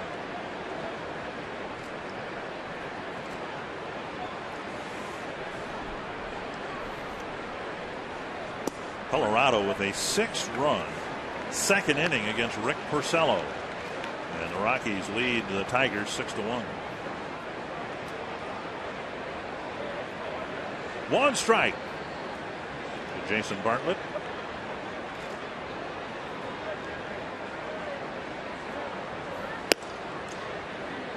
Bartlett, of course, dealt from the Twins along with Matt Garza to get Delman Young over to Minnesota. Neither Bartlett nor Garza are still with the Rays. but both had a huge impact on that franchise and getting them into the postseason twice. They not only got in, they won a very tough division 2 times. Pat foul, 1-2. And with the White Sox leaving town and Ozzie Guillen renaming the Twins, instead of the Piranhas, he's calling them the Sardines now. You remember that Bartlett was one of those Piranhas that gave the Chicago manager such fits a few years ago. And now Ozzie Guillen calling Ben Revere and the Twins the Sardines. Being bothered by some bugs out there in the outfield. High and tight, 2-2. Yeah, Ron Coomer, you're down on that field right there. Dunsing, a little trouble controlling that fastball. Yeah, in the middle of the game, or in the middle of the game so far, it looked like there for a while, Bertie. He had good command of the heater, and what he was able to do is get some pretty easy outs and the fly outs. You know, the Padre hitters were just a little tardy. See that pitch right there? That's what we're accustomed to seeing from Brian. Hitters, they end up looking for something soft because they know he's a control guy. But if he can zip his fastball in, you're seeing right here. See, that's a great pitch because all hitters behind in the count off a guy like Brian are looking away, and he can freeze them in. That's going to be the key to his success down the road here for the rest of the season, to me, in this ballpark, is making hitters aware of his fastball. Then he gets them out with the off speed or flip it around like that at bat. Even though Fox Track showed that ball was a little bit inside, it's where Joe Mauer was sitting, and home plate umpire Hunter Wintelstead was sitting right over Mauer's shoulder. And if you hit that glove, again, that plate expands from time to time. Well, we both know if you hit the glove, a lot of times you're going to get the call. 1-0 to Chase Headley. That wraps around the outside corner, 1-1. Remember when the Rays had such great success the first time winning the division? A lot of the players and the fans and even the coaches and manager, I think, got Mohawks. Bartlett still has that. 1-1. And now 1-2. Padres just finished a stretch of 20 games in 20 days. They actually had an off day here in the Twin Cities yesterday. And from here, go to Boston. Yeah, Dunsing pitch count 17 in the first, 22 so far here in the fifth. Needs to get an out right here. Hey, Brian had really good stuff today. Every hitter in the Padres lineup seems like they're behind on his fastball. 1-2 to the number 3 hitter for San Diego. A spin move, but nobody at second base in a Twins uniform.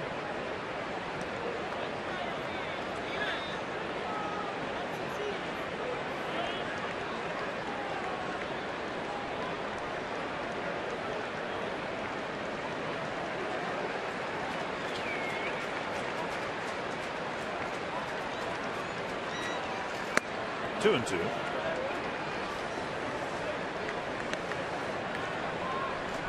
Dunsing's had to throw a lot of pitches here. A couple of strikeouts, a walk, a base hit. Hey, leaving some pitches up. Now, that strikeout that he had a Bartlett, good fastball in, but he left a couple of pitches up to Headley earlier in the ball game. Headley up right now. Keep the ball down, maybe get a ground ball out. And now full count, and that'll free the runners up to leave early. And Ryan Ludwig hoping for a chance in the on-deck circle.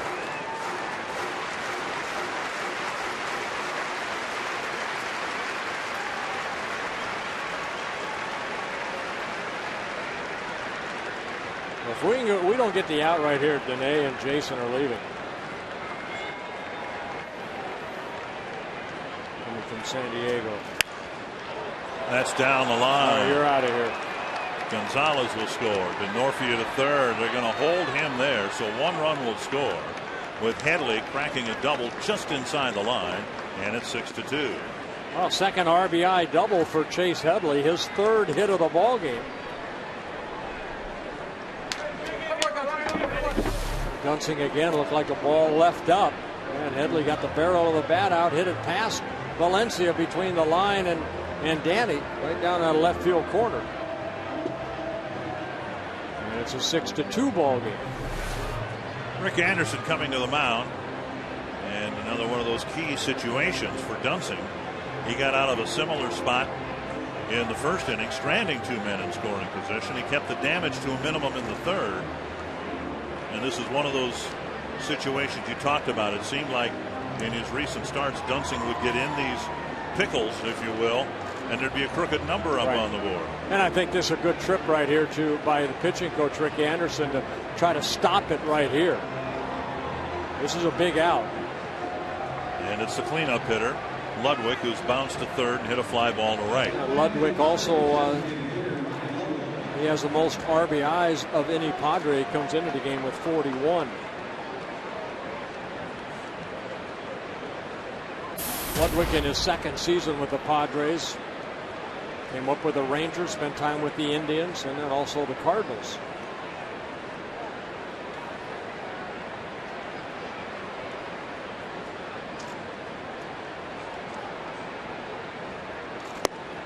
Down and away, ball one.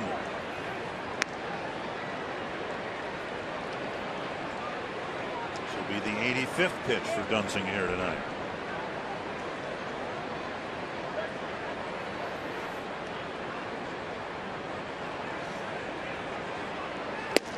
At the knees to even the count.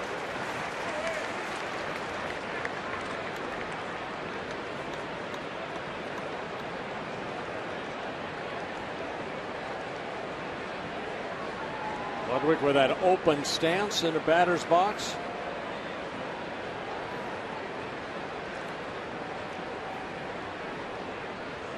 Fouled back at a good rip at a fastball. 1-2.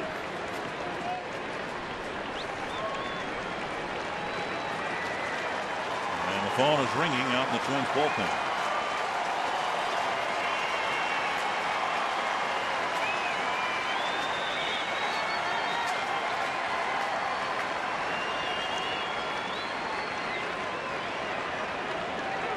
One and two to the Padre cleanup hitter.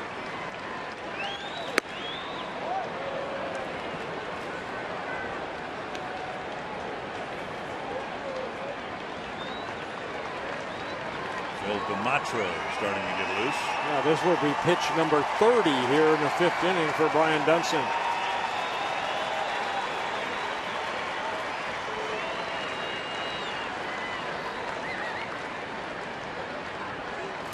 Bounce toward the hole. Nishioka picks it up, fires, got him!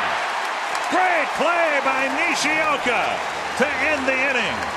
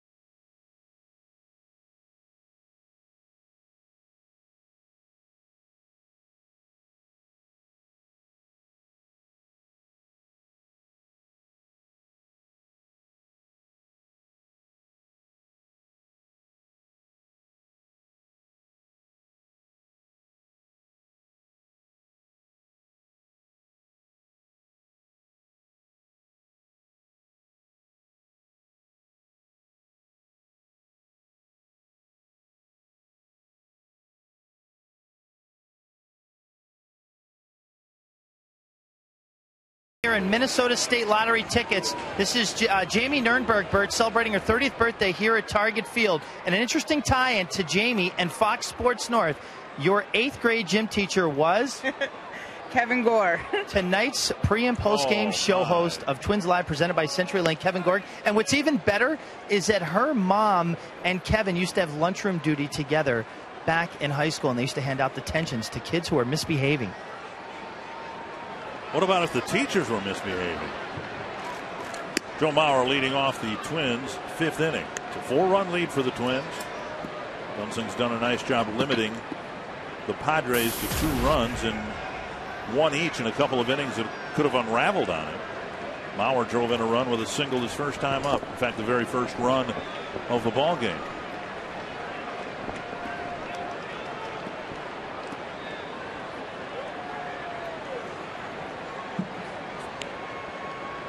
Two and one to Mauer.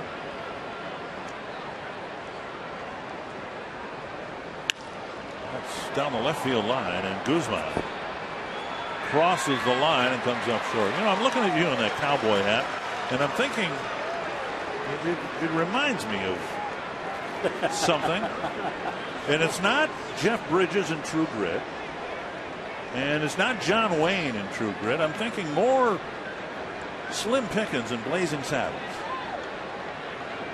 I've been around campfires before. So, when was the last time you were riding a horse? Actually, my wife Gail, probably 3-4 years ago. Okay, all right. She's the rider. I'm not. Did you wear a cowboy hat when you were? And this was this just around a circle in a? I put the quarters in, and it went up and down. That counts, doesn't it? Sure. It's in front of Publix. One down. That's a grocery store down in Florida. One down in the 5th. Here's Michael Kadire. Kadire with a broken bat double down the left field line in the 5-run first inning. And he fouled out on the first pitch he saw in the 3rd. Well, they give us these hats to promote the upcoming, promotion. So I think we should only wear them. But I tried to wear mine and I broke my headset. 1-1 to Kadire.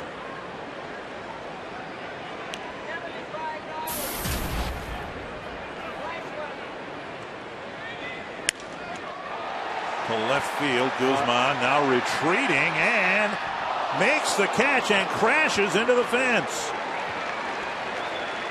That was a nice catch by the left fielder, but he had to fade back as that ball carried a little bit farther than he thought. Yeah, Guzman, who in the minor leagues played a lot of first base, not a lot of outfield. But I thought Kadire hit this ball off the end of the bat, and still look how far this ball traveled. Now, a little humid here tonight, so the ball carrying a little bit better. But what a nice catch, good concentration, and then Guzman banging into the wall. Look at the concentration, leaps up, and then hits the wall. Outside to Delman Young. I've got him for 2 home runs tonight, and he hasn't hit one yet, so this is a good time for him to do that. 1-1. Oh, yeah, good swing right there. Hit all the straight back. Delman with just 2 home runs on the year. Yeah, you're really stretching it a little bit. You know, anybody can call 1 home run, but I don't think the Twins have had a player hit 2 in a game yet, have they, this year? I don't believe this year yet. So when you've only got 38 home runs or 39, whatever it is, fouled back. Odds of one player hitting 2 in a game aren't very good. We have, the Twins do, 40 of them now with Valencia's home run in the first inning. 2-2. Full count with Valencia on deck. Yeah, only the Oakland A's that have hit fewer home runs than the Twins.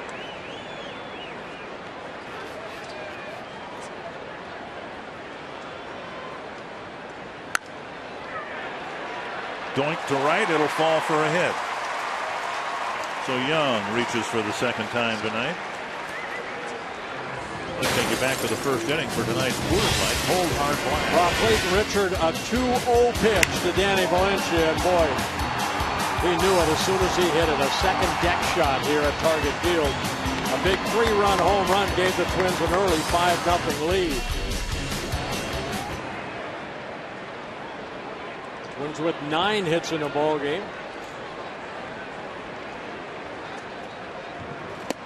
Anthony is a strike.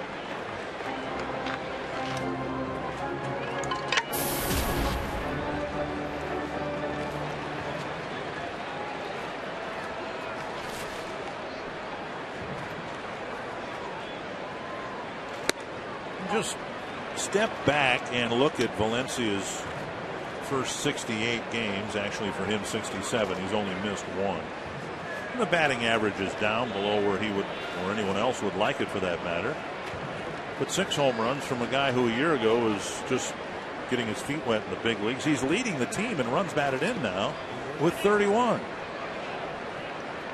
Yeah, Joe Vavra's worked a lot with him. Joe Vavra, the hitting coach, on hitting the ball up the middle the other way. But, you know, I mean, right there in that 2-0 count, you're looking for something to drive, and he got a pitch to his liking and hit the 3-run home run. Well, one thing that the Twins have always tried to say is, you know, hey, don't fall into that pull mode all the time. Still, I mean, Ron Coomer is not the way Danny Valencia. Yeah, he got a cookie right there, but this at bat, he's got to look for something to drive maybe up the middle. Yeah, for sure. And the one thing, you know, Dick, you were talking about Danny's average being a little down, and, you know, teams having a little report on him. As you watch him in his setup right now, he has a lot of movement with his hands. And sometimes when a hitter has a lot of movement with his hands to get ready to fire at the ball, the timing issue comes into play, and you get a little vulnerable to some off-speed pitches, things like that. And that's what's happened to Danny a little bit. Rip. Oh, what a catch by Chase Headley. A rocket headed down the left field line, but Headley picked it off.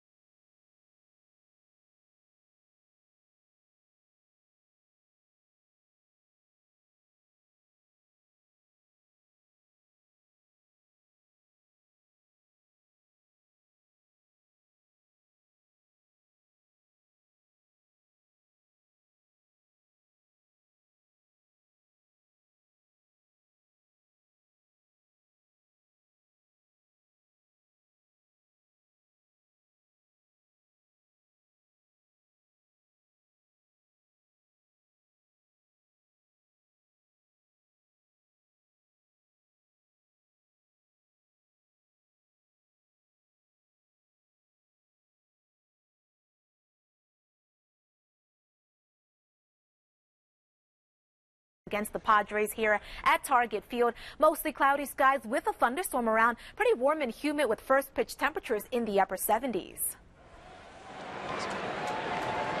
79 right now.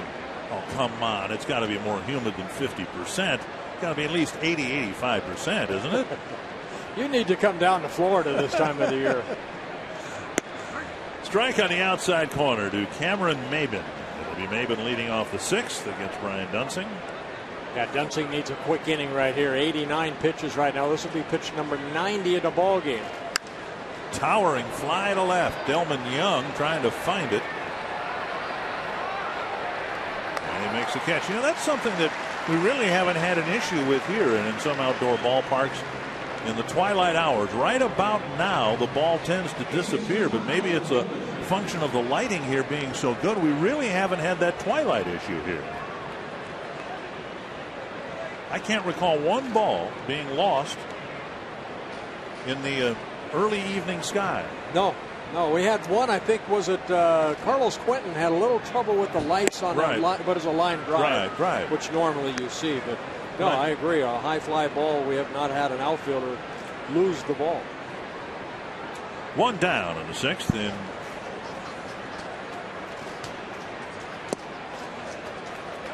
one of the fans here, I think it was Roy Smalley. I think it was Roy Smalley. Smalley wanted to pay you back for the abuse you've given him while he's been trying to watch a game. What did he do? What did he throw at you? Some grapes. Oh, okay. Because I've been throwing it at him since last year. Finally had enough tonight.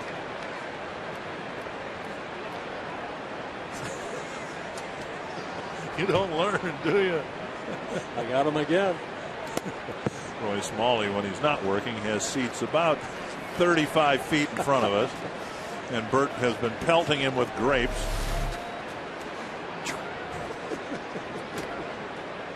If you keep your camera on this, watch this.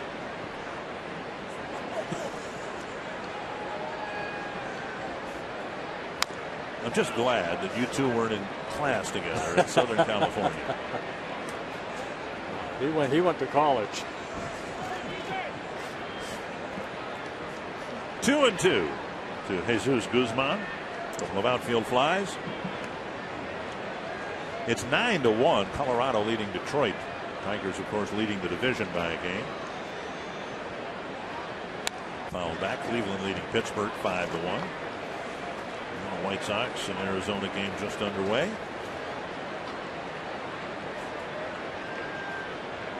can see the Tigers won 2 out of 3 with the Indians to take over first place. Bounce to the right side. Oh, what a great stop by Kadire. Dunsing to the bag. Safe. Guzman got there just ahead of Guzman, or ahead of Dunsing. But a great stop on a wicked hop played by Michael Kadire. Yeah, Dunsing, as you let that ball go, of course, the left-hander falls off toward third. And this is a ball that Kadire probably should have fed him a little bit quicker. Get it to him quicker instead of the shovel pass. You can see that Dunsing has a little trouble catching the ball and then finding the bag right there. And by the time he did, Guzman beat him to the bag. Well, that ball hit the... What a great effort, though, by Kadire. Hit the edge of the grass and skipped up. And Kadire stayed with the hop to snag it. Here's Rizzo. There's ball 1. Yeah, we've done that on the instructional before, where that first baseman has to, go toward second base, or he does like Kadire does, and you'd like that ball fed to you before you get almost on that grass area, right onto the dirt. But with the shovel pass, of course, it's going to be a little bit slower, and Dunsing had a tough time catching the ball and then finding the bag. See if they can turn 2. Great stop by Casilla. 1 and not 2, and the ball gets by Kadire and goes into the photog section. And instead of a double play, Nishioka will be charged with an error. Great stop by Casilla to get the first out. Yeah, we've seen, Kadire make a diving play, and Guzman got an infield base hit. But here, Casilla, he dives to his right, and then flipping it over to Nishioka, who hurries his throw, and then Kadire can't get that one hop as it goes into the camera well. The key here, watch Nishioka pull his right foot away from the sliding runner. And that's exactly what Roy Smalley and you guys were talking about in the instructional the other night. And then he leaped right there to stay away from that sliding runner. So 2 down, a runner at second. And Hundley, the batter. First error on the Twins. Nishioka's second as a shortstop. Ball 1. There is a protective screen in front of the Twins dugout, but none in front of the photographer section. And we've seen a number of balls last year and this year from second base to first go into the photographer section. And these are all things that teams discuss and debate. Well, should we extend the screen past the dugout into the photog section? And the Twins, for whatever their reason, decided no, we'll leave that part open. And if there's an overthrow from second to first, very likely the runner's going to get an extra base. 2-0 to Hundley. Dunsing has struck him out twice.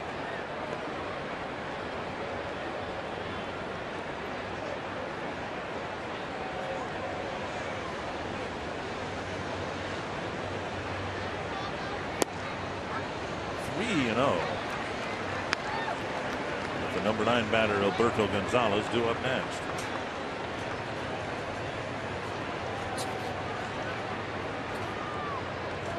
Alex Burnett starting to get loose. 2-1 is the count, not 3-0. And now 2-2. Dunsing over 100 pitches. He's just trying to complete the inning here in the 6th, and he'll probably yield to a very well rested bullpen.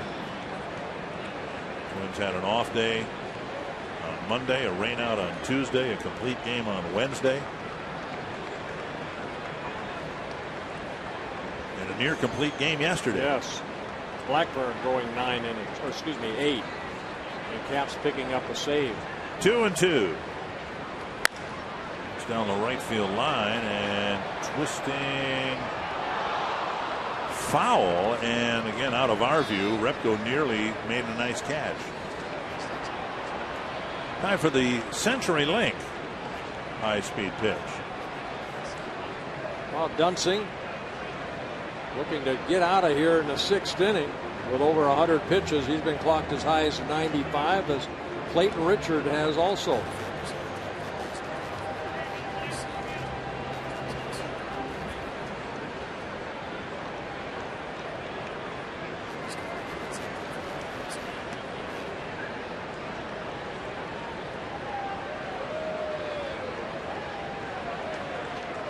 Two and two again to Hundley. Lazy fly ball hit down the right field line. Will Repko have room? Nope.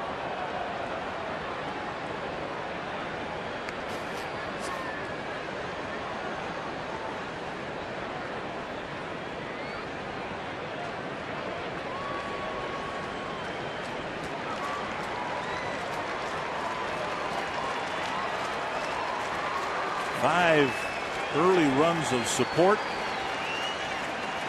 And Dunsing trying to persevere through 6 innings on a steamy night at Target Field.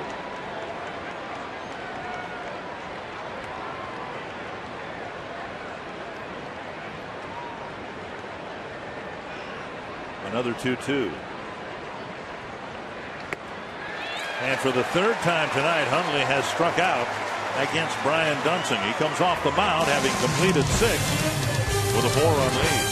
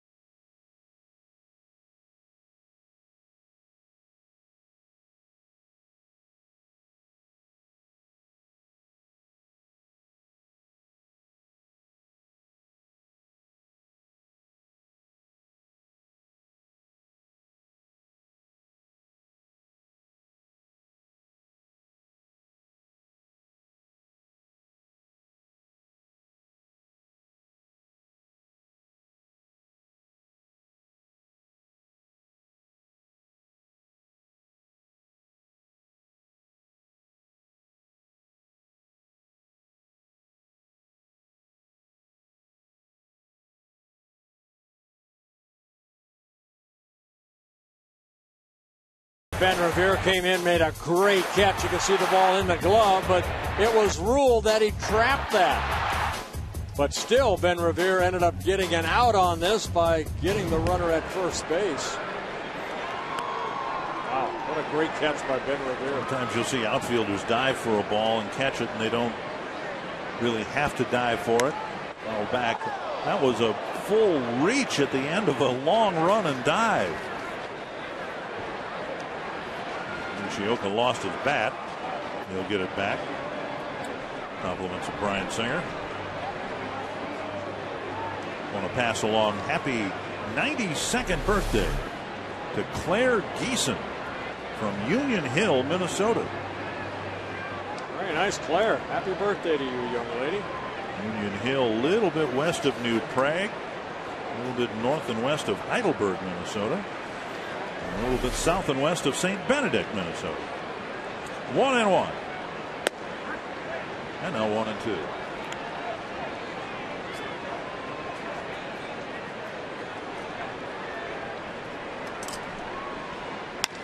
That's to the gap in left center field.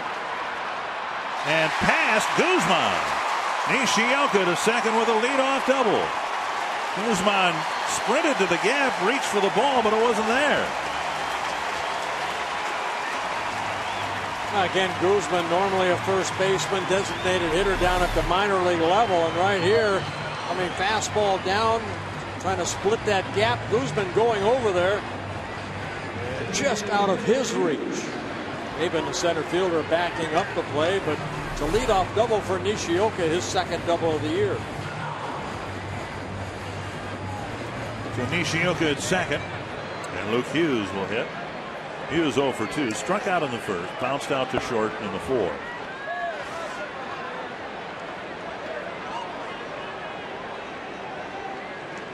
In trying to explain why Nishioka was hitting seventh tonight, Ron Gardenhire spent as much time talking about Luke Hughes hitting eighth, saying, you know, you can do a lot of things with Luke Hughes. He's a hit and run type of guy. He can hit the ball to the right side pretty well.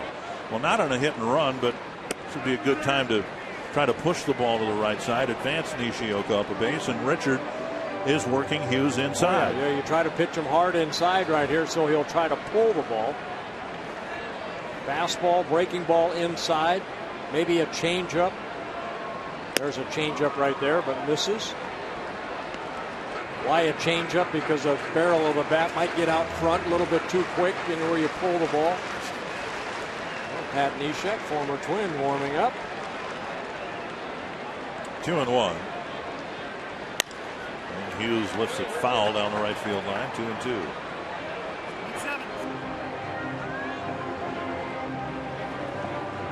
White Sox, more than anybody else in the Twins division, willing to part with the likes of Clayton Richard in trades for veterans. 2-2. And now missing inside 3-2. They also traded Daniel Hudson. And in fact, they're facing Hudson tonight in Arizona. Jason Repko on deck. Twins hoping to tack on an insurance run or two here in the sixth. Let's see if he goes back inside again. And Hughes got a piece of it. Still 3-2.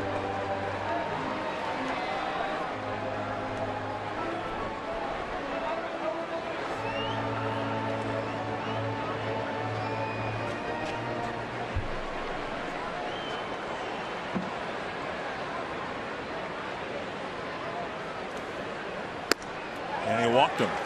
So Hughes takes first. And Repko comes up in an interesting situation. The NHL draft coming to St. Paul on Friday. You can log on to foxsportsnorth.com. That's 1 week from today. Click on the Fan Zone tab for the chance to win a VIP experience at the NHL draft, including draft tickets, a behind-the-scenes tour, and more. If you aren't a member of the Fan Zone, you can join now fast and free, and it's all at the Fan Zone tab on foxsportsnorth.com. Pat Neshek's going to take the Target Field mound with runners at first and second, nobody out in the sixth inning.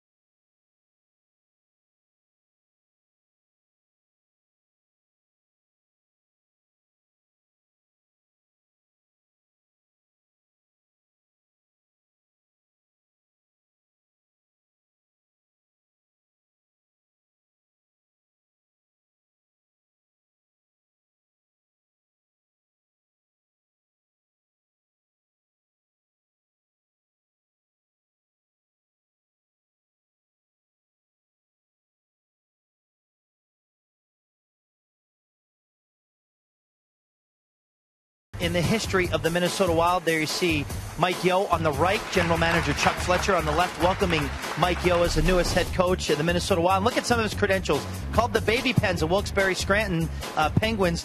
That's in the American Hockey League. He was assistant coach with the Pittsburgh Penguins 2009. Helped them to win the Stanley Cup with Sidney Crosby, among others. And it was the Houston Aeros head coach, Dick and Bert. He took the Houston Aeros to the Calder Cup finals in the American Hockey League this past season, lost to the Binghamton Senators, but a great job and great credentials for Mike Yeo coming into his first National Hockey League head coaching job. Well, very nice. Congratulations to both him and the Wild for getting together. Pat Neshek has had a okay first year with the Padres. Well, he got his first National League win on opening day as the Padres ended up beating the ball club. He 1-0, making his 18th appearance of the year. Neshek, of course, spent time with the Twins from 2006 to spring training of this year. Claimed off waivers by the Padres in late spring. Padres think there might be a bunt play put on here. Both Headley at third and Rizzo at first are playing short.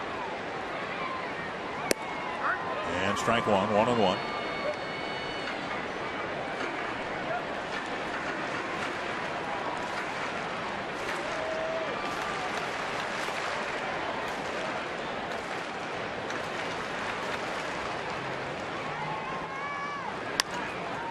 Lifted to short right field to Norfield with a running catch and the first out of the inning. Voting is ongoing for the 2011 All-Star Game in Phoenix. You can vote for your favorite Twins and your favorite players at twinsbaseball.com. Visit twinsbaseball.com. Cast your ballot up to 25 times now for your All-Stars. Vote early and vote often at twinsbaseball.com. Vote for Michael Kadire. One down, and Ben Revere to the plate. This is interesting again to reflect back to a year ago when of the 9 spots out there, actually 8 you're voting on. Last year was in an American League park, so I think the designated hitter was on the ballot. So we'll say 9 players that you could vote on. The Twins had 2 fan selections. Mauer behind the plate and Morneau at first base. 1-0 to Ben Revere.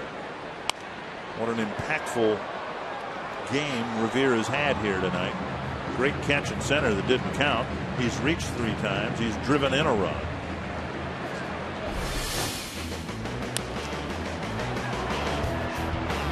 I think it's funny that, he got called up June 2nd, and really since June 2nd, the Twins are 11-13. So he has made a big impact, not only here tonight, but just his enthusiasm and his presence in the lineup with Denard Span going down. 1-1 to Revere. The Twins have won 11 of the 13 games since Revere's arrival. Now 1-2. Twins were swept in Detroit on the last road trip. They were 16.5 games back.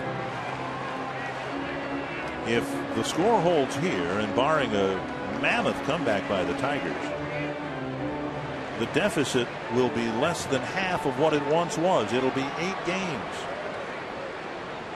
in about 2 weeks worth of time. Fouled back. Revere waited nicely on that off-speed pitch and got a piece of it. Well, the goal, main goal for the Twins is win series, but get back to 500. 28-39 coming into this ballgame. 11 games under 500. With the addition of Nishioka, Joe Mauer, hopefully Joe Nathan soon, Jim Thome, Jason Kubel, Justin Morneau. Wow. Outside 2-2. Counting tonight's game, 95 games left on the regular season schedule for the Twins. Of course, in the last 8-10 years, the Twins have perfected the tortoise and hare routine where they get off to slow starts and end up winning it at the end. This would be the ultimate tortoise and hare comeback if you fall 16.5 games back 2 months into the season and end up winning it at the end. 3-2 to Revere.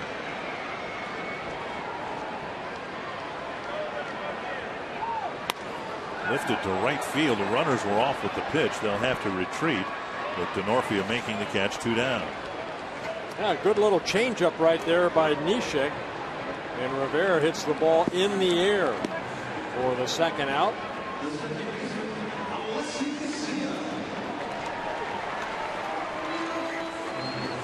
Neshek went through that Tommy John surgery. Talked to him before the ball game. He doesn't even think about it anymore. He said his arm feels great. Had the surgery back in November of 2008. Missed all of 2009. Of his numbers so far this year, the walks allowed numbers very high for Pat. Strike at the knees coming into the game with 17 2/3 innings pitched and 13 walks.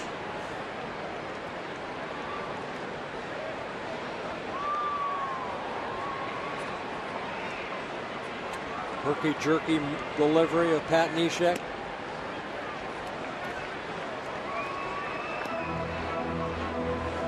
Beyond the Tommy John surgery, which certainly derailed his career, there was some thought, I don't know how much validity to put into it, but there was some thought that hitters adjusted to Pat's delivery. Once it was no longer a novelty, if you're Miguel Cabrera, for instance, or somebody who's seen it a few times, you can adapt to it. And I suppose that's true for just about anybody with an unorthodox delivery. The more hitters see it, the better success they're going to have against it. Well, I think what happened when Neshek came back from the surgery, too, he left a lot of pitches up. You know, he had a tough time finding the strike zone. 2-1 to Casilla. When you find yourself in counts like this, you have to come in. He's got that sinking fastball and changeup, but now you're in a hitter's count. You leave it up, and this is where you end up getting hurt. With 2 outs in the inning, he would much rather retire Casilla than have to face Mauer. Yeah, and this is where, you know, Ron Coomer talked about it in pregame. A presence of Joe Mauer is going to help Casilla, but he ends up walking him. So a couple of outfield flies, but now Neshek's biggest nemesis has been the walk this year, and he's filled the bases for Mauer.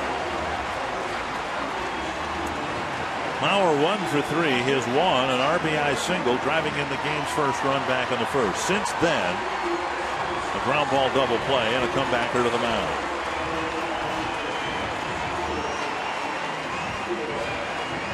And of course, Mauer caught Neshek during his best years with the Twins.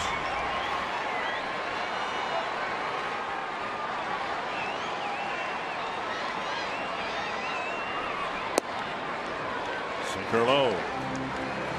When Neshek was in his prime, his fastball would reach 91, 92 miles per hour. And that pitch clocked at 86.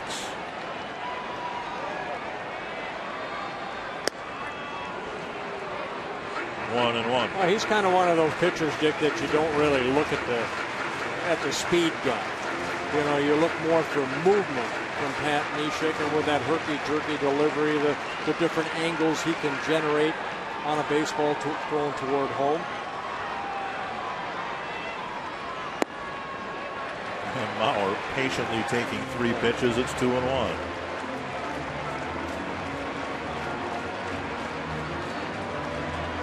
And Joe down in Florida trying to get in game shape, and so much attention paid to his at-bats, the outcome of the at-bats. But I think for a hitter of Joe's caliber, more important the number of pitches he saw during those at-bats. Looped foul and back into the seats. See, even on that pitch right there, that's a 2-1 changeup at 73 miles an hour. And Joe looked like he almost jammed himself.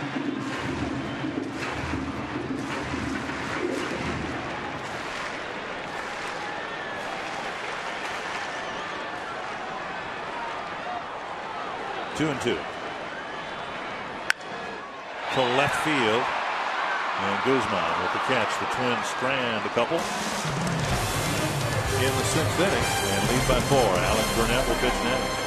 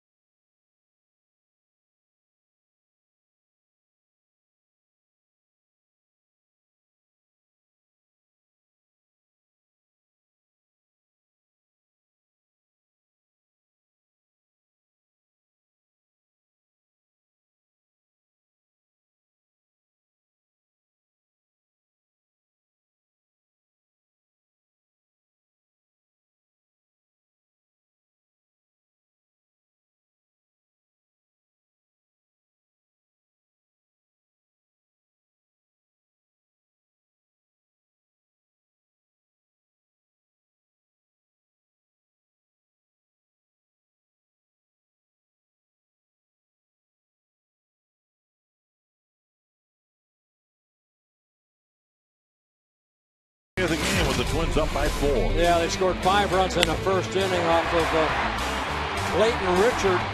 Joe Mauer, RBI single. Michael Kadire, a double down that left field line, a ground rule double.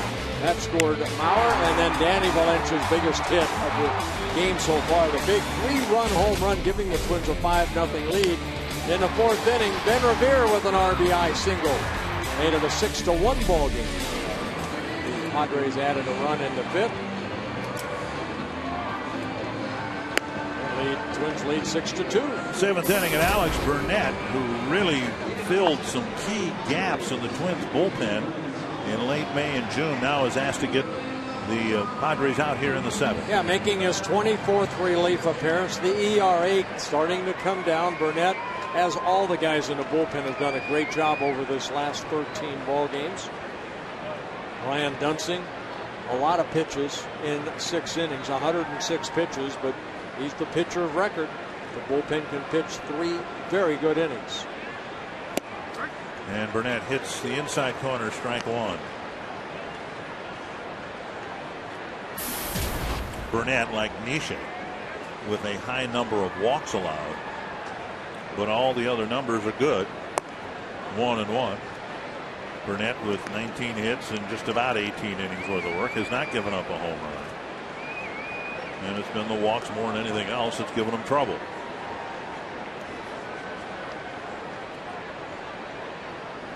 Swing and a foul. Big swing by Gonzalez at that. Now we're taking a foul tip. He's taken a couple of them tonight. Yeah, welcome back. Right off that mask.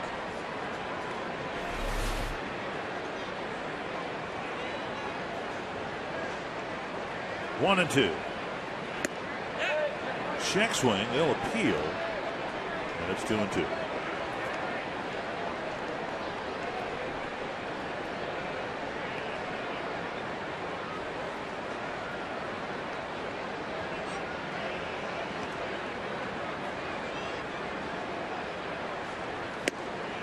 High and tight, a swing and a miss. One gone in the 7th. First time Twins were able to get Gonzalez out. A single in the 3rd inning, a walk in the 5th, and then the high fastball. And Gonzalez goes down swinging. Burnett comes in and gets the first out on a strikeout. Fox Tracks brought to you by Carrier this evening. Chris DeNorfia. A 1-for-3 night going. Singled his last time up.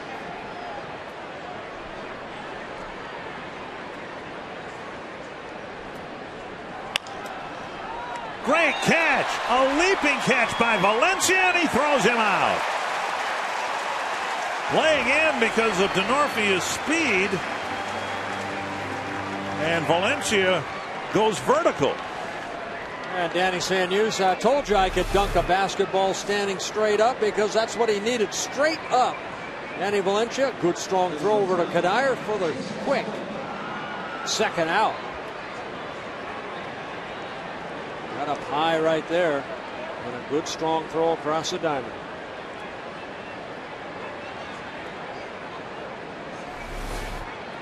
Here's Bartlett 1-for-3.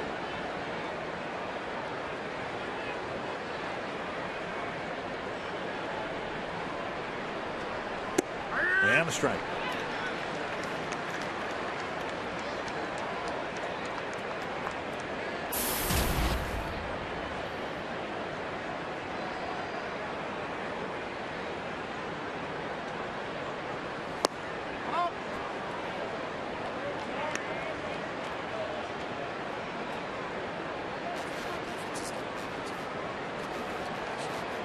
Gardenhire's persevered himself through a couple of months of un-Twins-like baseball. Missing inside, it's 2-1.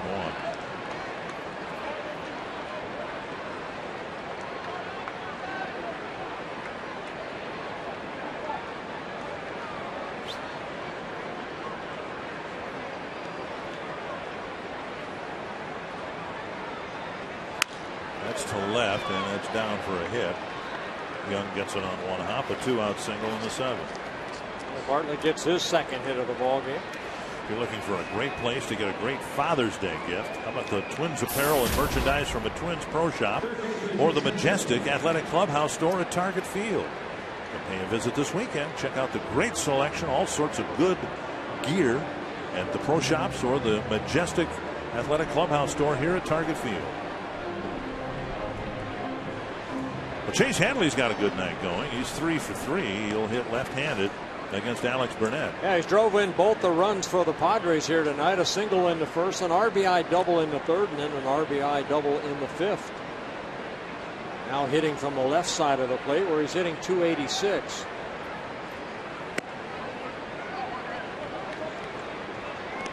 When you lose a player, as the Padres did, trading Adrian Gonzalez to the Red Sox, it takes you a while, I suppose, to regain some identity. And just based on talking to the people who follow the Padres, they're kind of still in that stage where they really don't have a marquee player that they can build around. This guy, Headley, might be the closest thing they have. I think over the last 3 or 4 years, the Padres' high draft picks, the 1-2s, just have not panned out. Now, in AA, they have a team in AA, a lot of young, talented kids that are right now, they're 49 and 11 in AA, and very good, talented. So they're maybe, kind of like Kansas City. They're relying on some of the young kids to finally come up and be the next Adrian Gonzalez. But they've been apparently quite willing to get rid of Adrian Gonzalez's players that they could build around. Jake Peavy, although he's been broken down with injuries since going to the White Sox. Well, their best draft guy was probably Tony Gwynn. You have to go back a long way. 2-1. And a base hit to right. A 4-hit night for Headley. And the Padres trying to put together a 2-out rally here in the 7th. Well, one thing about Alex Burnett, you fall behind. His fastball doesn't have the sink. It's pretty straight. And that's what Headley did right there. He kind of got the count in his favor. There's the fastball. See, not a lot of movement. And Headley gets his 4th hit. And the 9th hit for the Padres. So Ludwig, their cleanup hitter, comes up. He came up in a key spot in the 5th. Nishioka made a great play at short to end the inning. There were 2 men in scoring position with 2 out, and Nishioka snuffed out the rally. Glenn Perkins just activated for the game, starting to get loose.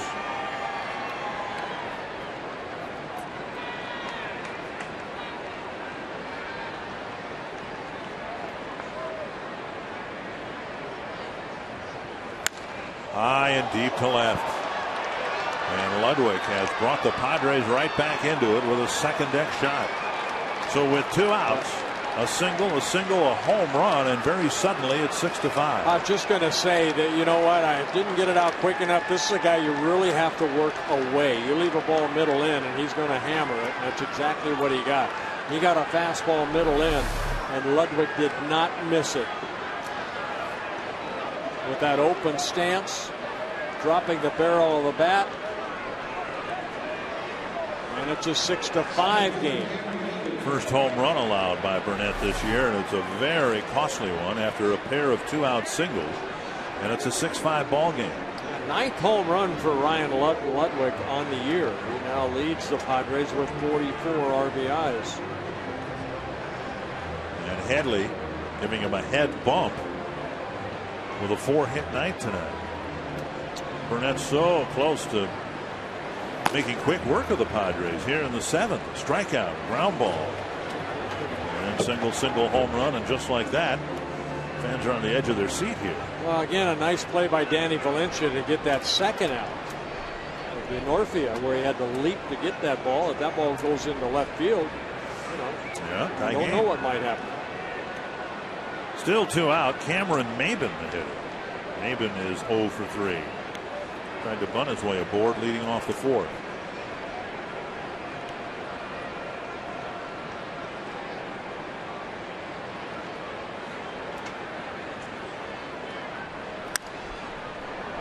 One strike. And Dunsing watching all of this, pitching effectively through 6, just a couple of runs allowed. Always likes to sit in the dugout after his work is done and watch the rest of the game rather than retreat to the clubhouse, get iced. 1 strike to Maybin. And 2 strikes. And you said that when you were Brian Dunsing's age, you never iced after. No, I didn't ice until 1981 when I hurt my elbow after the strike of '81.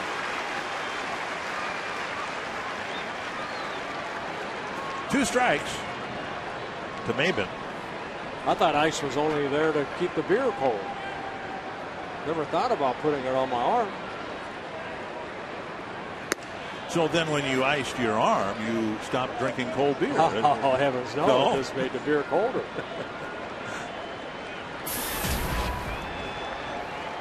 Everything's been middle in these batters for Alex Burnett. He hasn't really worked away. There's a good fastball. He gets finally out of the inning. High fastball cleans up the 7th, but the Padres get 3 on a home run. Time for the 7th inning stretch, brought to you by Medica.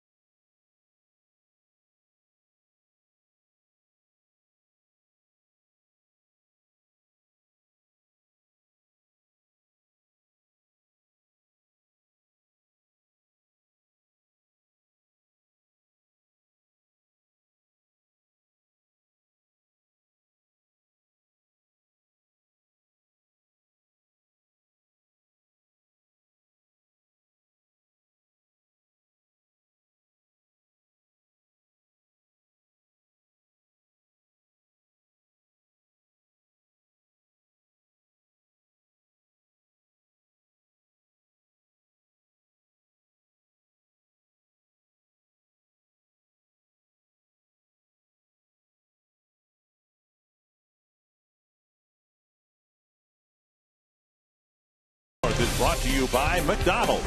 Try a strawberry banana or wild berry real fruit smoothie today. By CenturyLink. Quest is becoming CenturyLink. CenturyLink. Your link begins here. Find out more at CenturyLink.com/link. And by Goldman Sachs. For all the reasons you invest.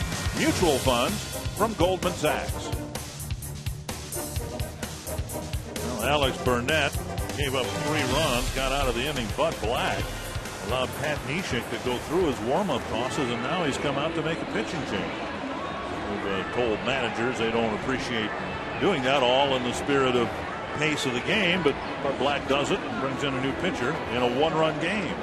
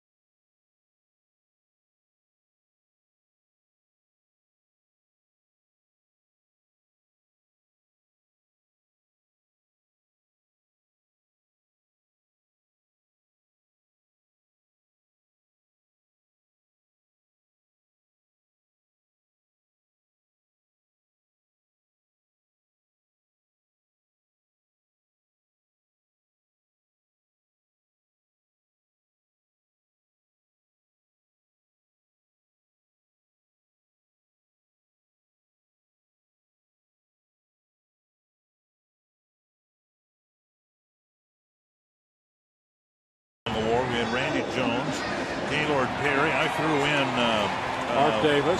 Mark Davis. And Jake Peavy. Right. Or not, I didn't throw in Peavy. I think I threw in Trevor Hoffman. And Mark Davis did win it in '89, and Jake Peavy won it a couple years ago.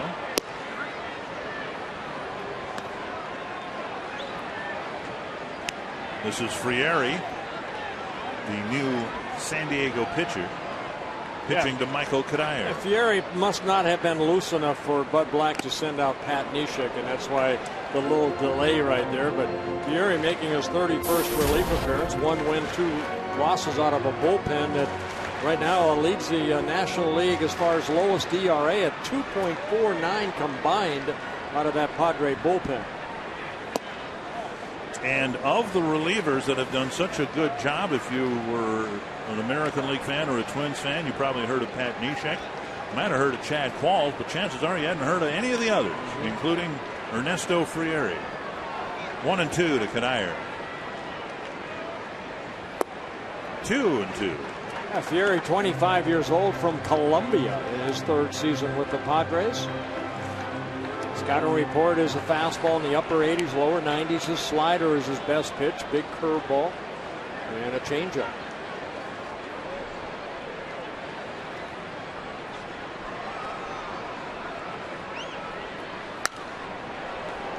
Lifted foul and out of play.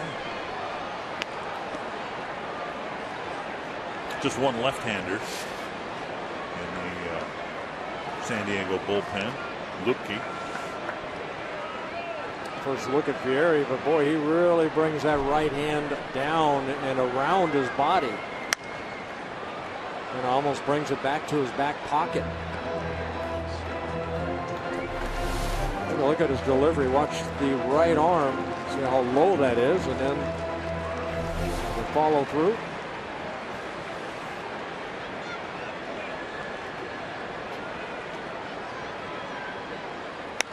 Ooh. Oh, that got into the Twins dugout. Who did it hit? Anybody? Hopefully nobody. Oh, my.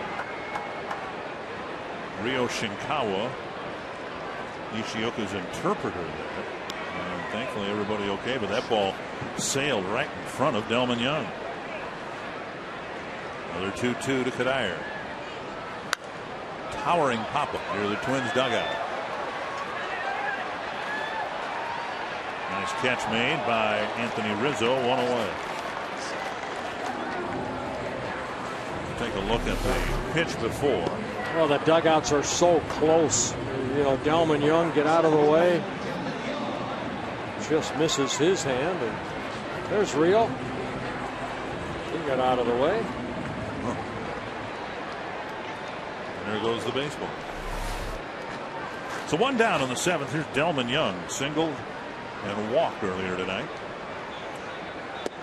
Inside a ball. Talk about Frieri's delivery, dropping his hand down. Next week when we go to San Francisco, we'll see a starting pitcher who drops that hand way down. Tim Lincecum, scheduled to pitch against the Twins.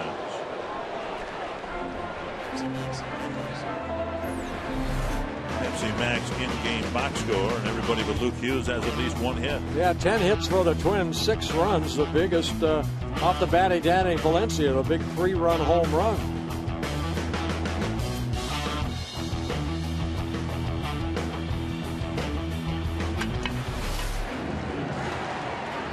The Chicago games, we were home already.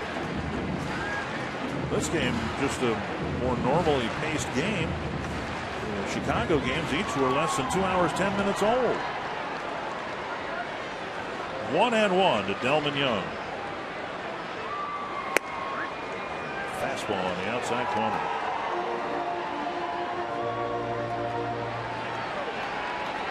Of all the home ballparks that you pitched in, Minnesota, Texas, Pittsburgh, Young chips one towards right field, but the second baseman Gonzalez is there, out number 2.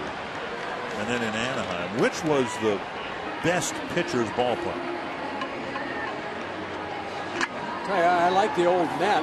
You know, in Minnesota, the old Met had nice dimensions. I like the Anaheim because of the dampness. You know, the balls wouldn't carry as much. Pittsburgh had kind of the stadium that everybody had, that circular stadium at that time with AstroTurf.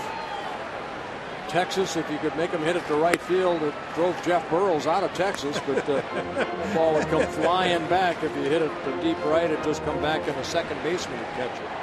The wind blowing in from right field. With the Metropolitan Club down the right field line here, 1-0 to Valencia, now 1-1. Well, the reason I ask, I mean, the Padres are struggling to score runs. This is just the second time in their last 11 games that they've scored more than 3 runs in a game, and they're still behind by a run.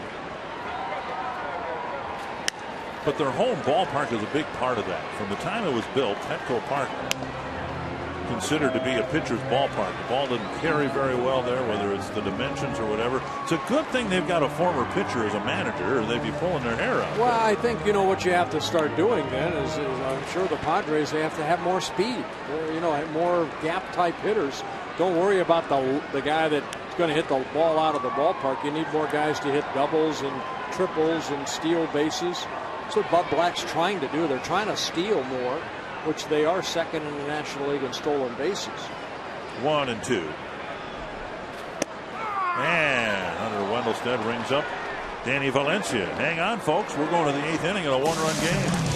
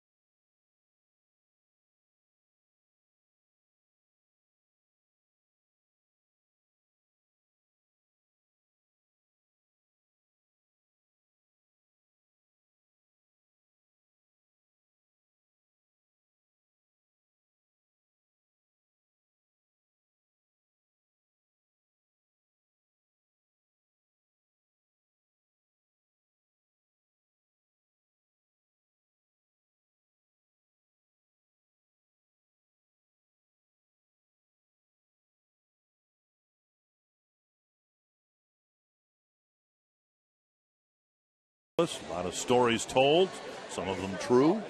Handshakes exchanged. Gardy's dad spent 24 years in the Army, and a visit was part of the Twins' Hope Week, which continues through tomorrow. The Twins condensing a lot of their charitable efforts during this week. Not all of them, to be sure.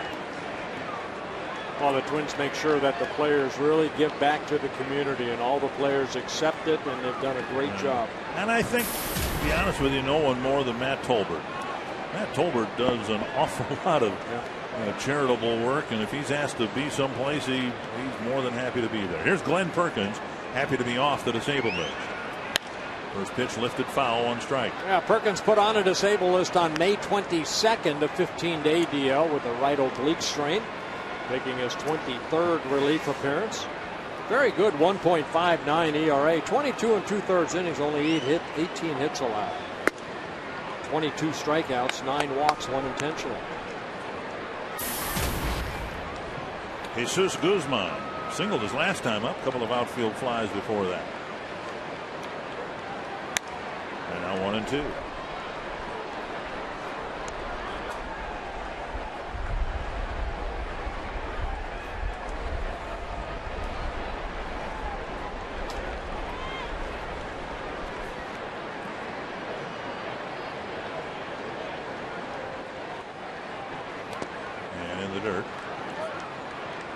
So on a day when both Perkins and Mauer become eligible to play. Here they are, the battery, in the 8th inning in a 1-run game.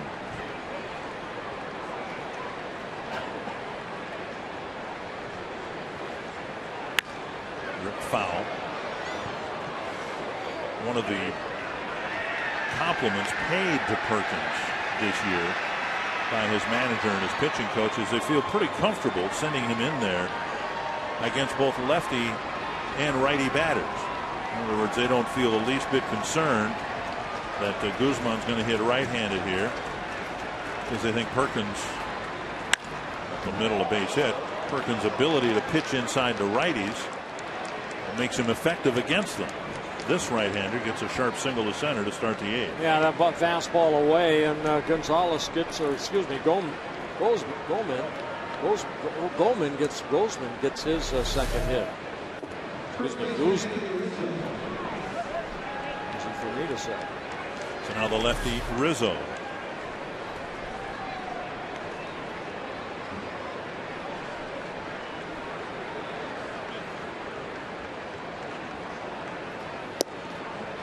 Ball 1.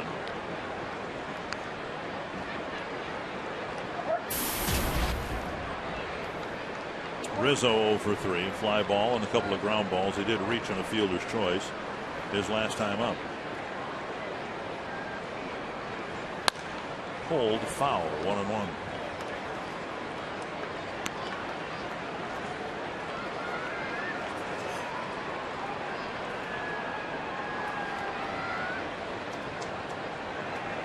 Chance to play at first base. Of course, a year ago, Adrian Gonzalez was there. Gonzalez might be on his way to winning the Triple Crown in his first year in the American League, leading in batting and RBIs. A lot of ways back in home runs, but remember, he got off to a really slow start. Now he's tearing the cover off the ball. 1-2.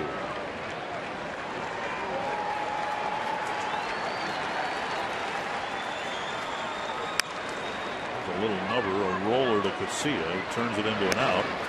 The tying run now moving into scoring position with Guzman scampering to second. Twin single game suites have again shown to be a very popular promotion, and most are sold out for the season. But on the 4th of July weekend, you can enjoy one of the hospitality suites and spend America's birthday enjoying America's pastime. All 833 Twins. Ask about the Twins single game suite options. Nick Hundley happy that Brian Dunsing is out of the ball game because Dunsing struck him out 3 times. Guzman lifted for a pinch runner. Yeah, Will Venable at second base, pinch running.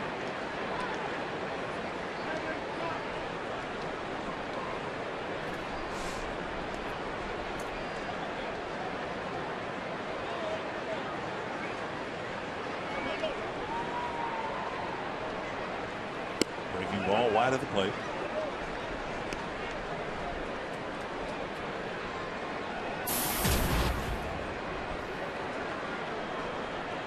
Perkins trying to pitch around the leadoff single.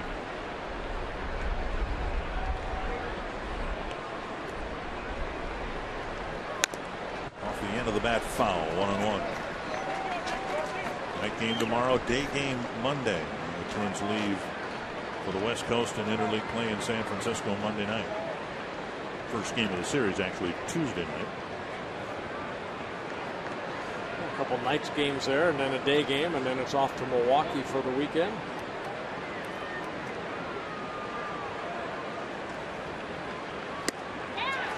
Fastball gets a swing and a miss. 1-2. Hundley's been contact challenged here tonight. Dunsing not only struck him out 3 times, all 3 times swinging.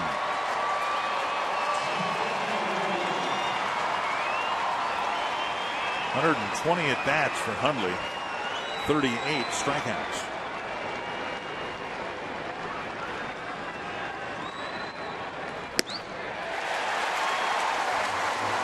Fourth time he's gone down swinging, 2 down. Well, a big out right there for Perkins, just overpowering Hundley for the second out of the inning.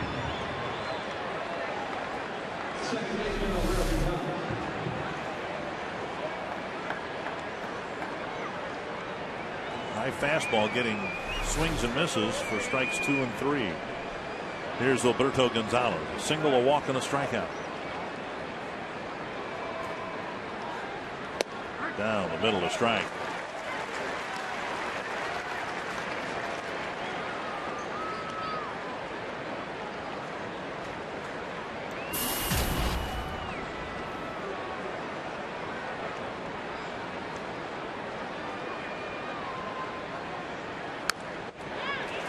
Fastball gets a foul, 2 strikes. Alex Burnett struck out Gonzalez on a high fastball last inning for the first out of the 7th inning.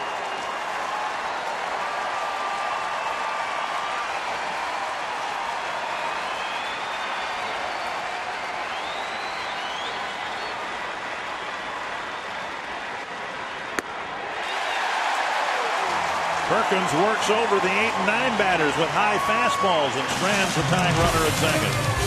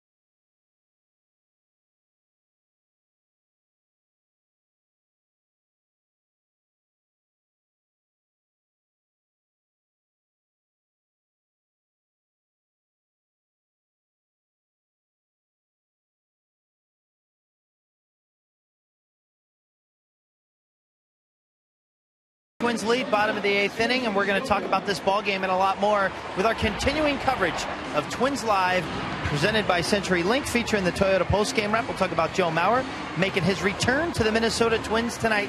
RBI single for him to kick things off in his first action in a long time. Fielding comebacks is our instructional tonight. San Diego Padres television analyst Mark Grant will join Bert and Ron Coomer for that, plus Gardy's postgame press conference. Really? Yes, he will. It's all coming your way. Yeah, Twins Live, presented by CenturyLink. Actually, it's going to be fun. Grant, thank you, Robbie. I think Mark Grant wanted to work more about, he wanted to do it on backing up third. Yeah, how pitchers were to go. Right, okay. So we may, put that in there, too. Well, I just hope you can bring something out of Mark. He's so reserved and so, private, and likes to keep his thoughts to himself. Well, we'll find out. 2-0 to Nishioka. And now a ball, 3-0. Nishioka, Hughes, and Repko. And the way Ron Gardenhire set up the batting order, it's almost like you got a second leadoff batter here now in the 8th inning. And the Twins would love to push another run across here and double the lead going to the 9th. Nishioka backs out of the box, takes a strike. Well, Nishioka led off the bottom of the 6th with a double. Twins didn't bring him around to score, though. Leaving the bases full. Venable is in right, and Denorfia is in left.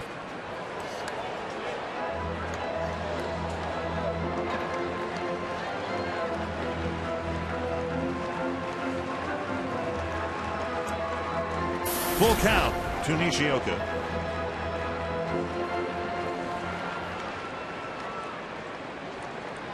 Couple of walks on the season for Nishioka. Strikeout, his 11th strikeout on the season, 1 down. Well, fastball right there. Nishioka swings underneath it. little upset at himself for missing that ball or even fouling it off. Here, if you're 16 years old or 26, that high fastball is sometimes a tough one to lay off. Here's Luke Hughes. Whoa, wow. Right under his chin.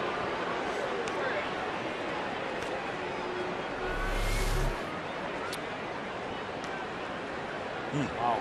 Close shave. Just got out of the way. 1-0 to Luke Hughes.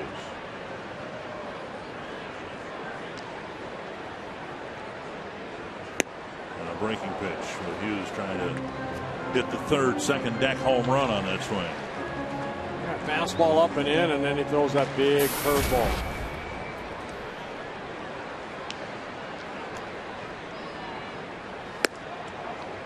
Away 2-1. Indians beat the Pirates 5-1, welcoming Travis Hafner back to their lineup.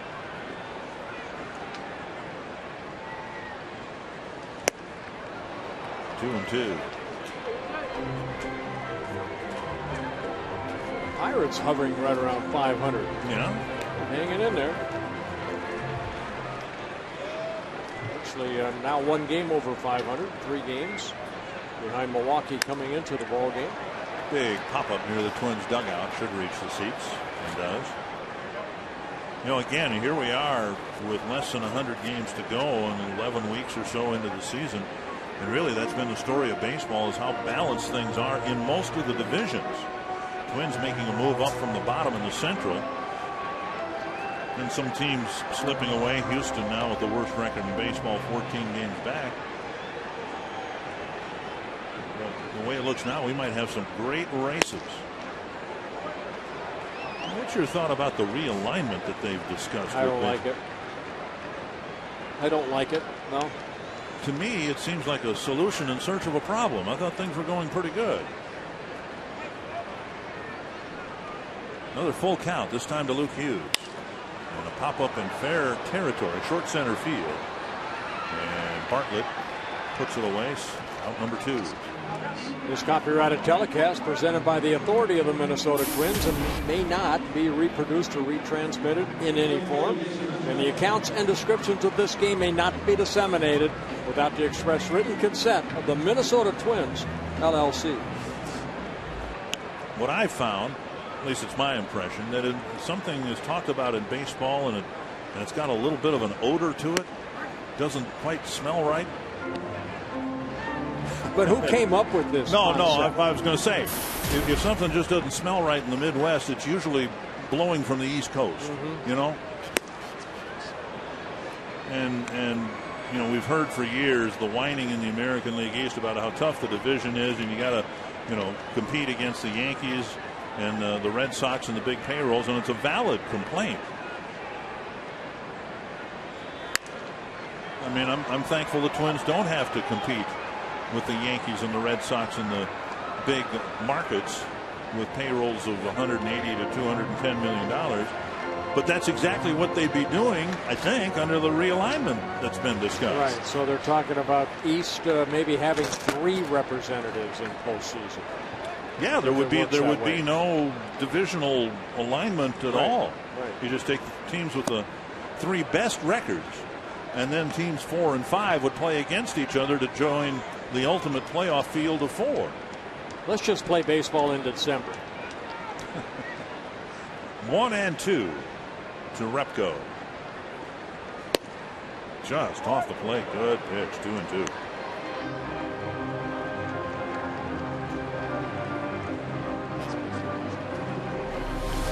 Pretty good fastball. Down and away. 2-2 to Repko.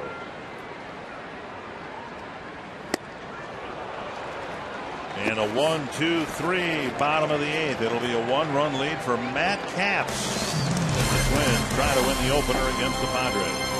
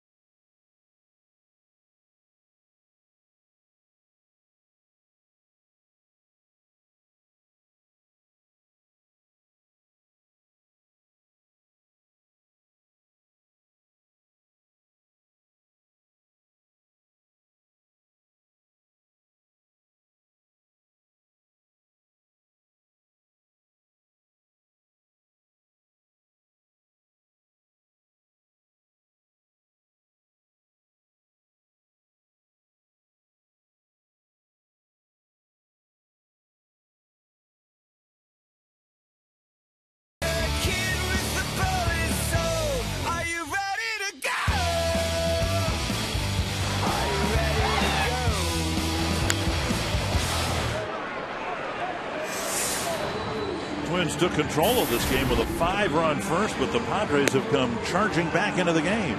Yeah, Ryan Ludwig with a big 3-run home run in that 7th inning made it a 6-5 Twins lead. But Danny Valencia, Twins had a 3-run home run off the bat of Danny Valencia. They're coming in that 5-run first inning. And now it'll be Matt Capps, who saved the game yesterday against the Chicago White Sox in a 1-0 win.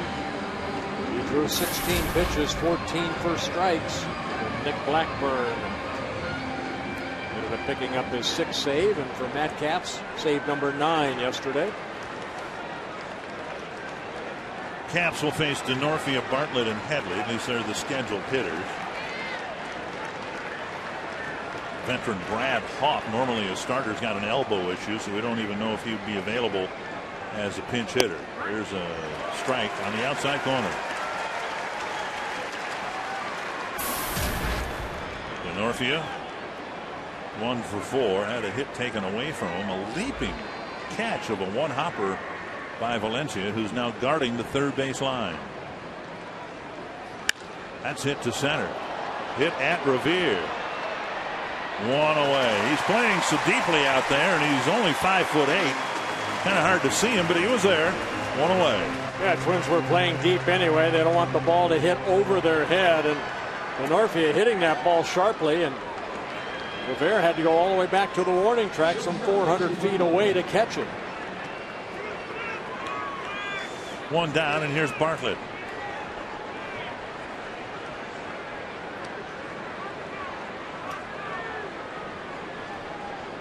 Bartlett with a pair of singles on a run scored. He scored on Ludwig's 3-run home run that brought San Diego back to within a run. Chopper up the line, foul.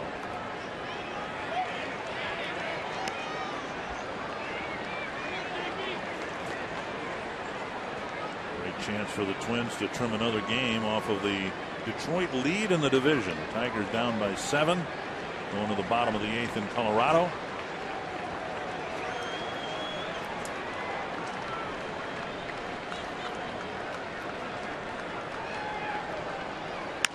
That's to left center.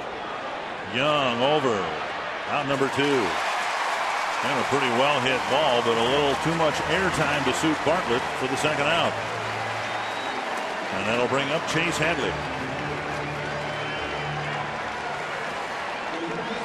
I'll see if Matt Capps can get this guy out. 4 for 4 in a ball game.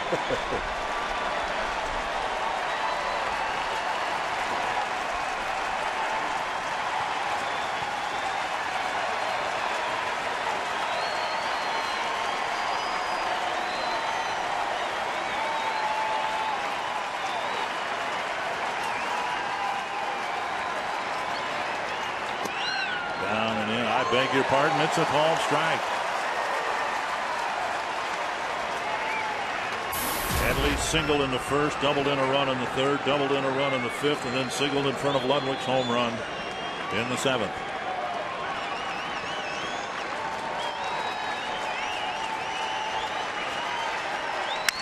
Back to Capps. And the Twins win the series opener.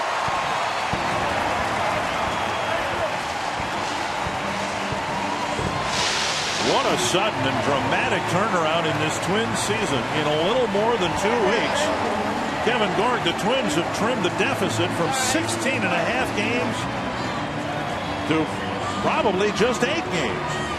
What an amazing turnaround by the Minnesota Twins. Stay with us for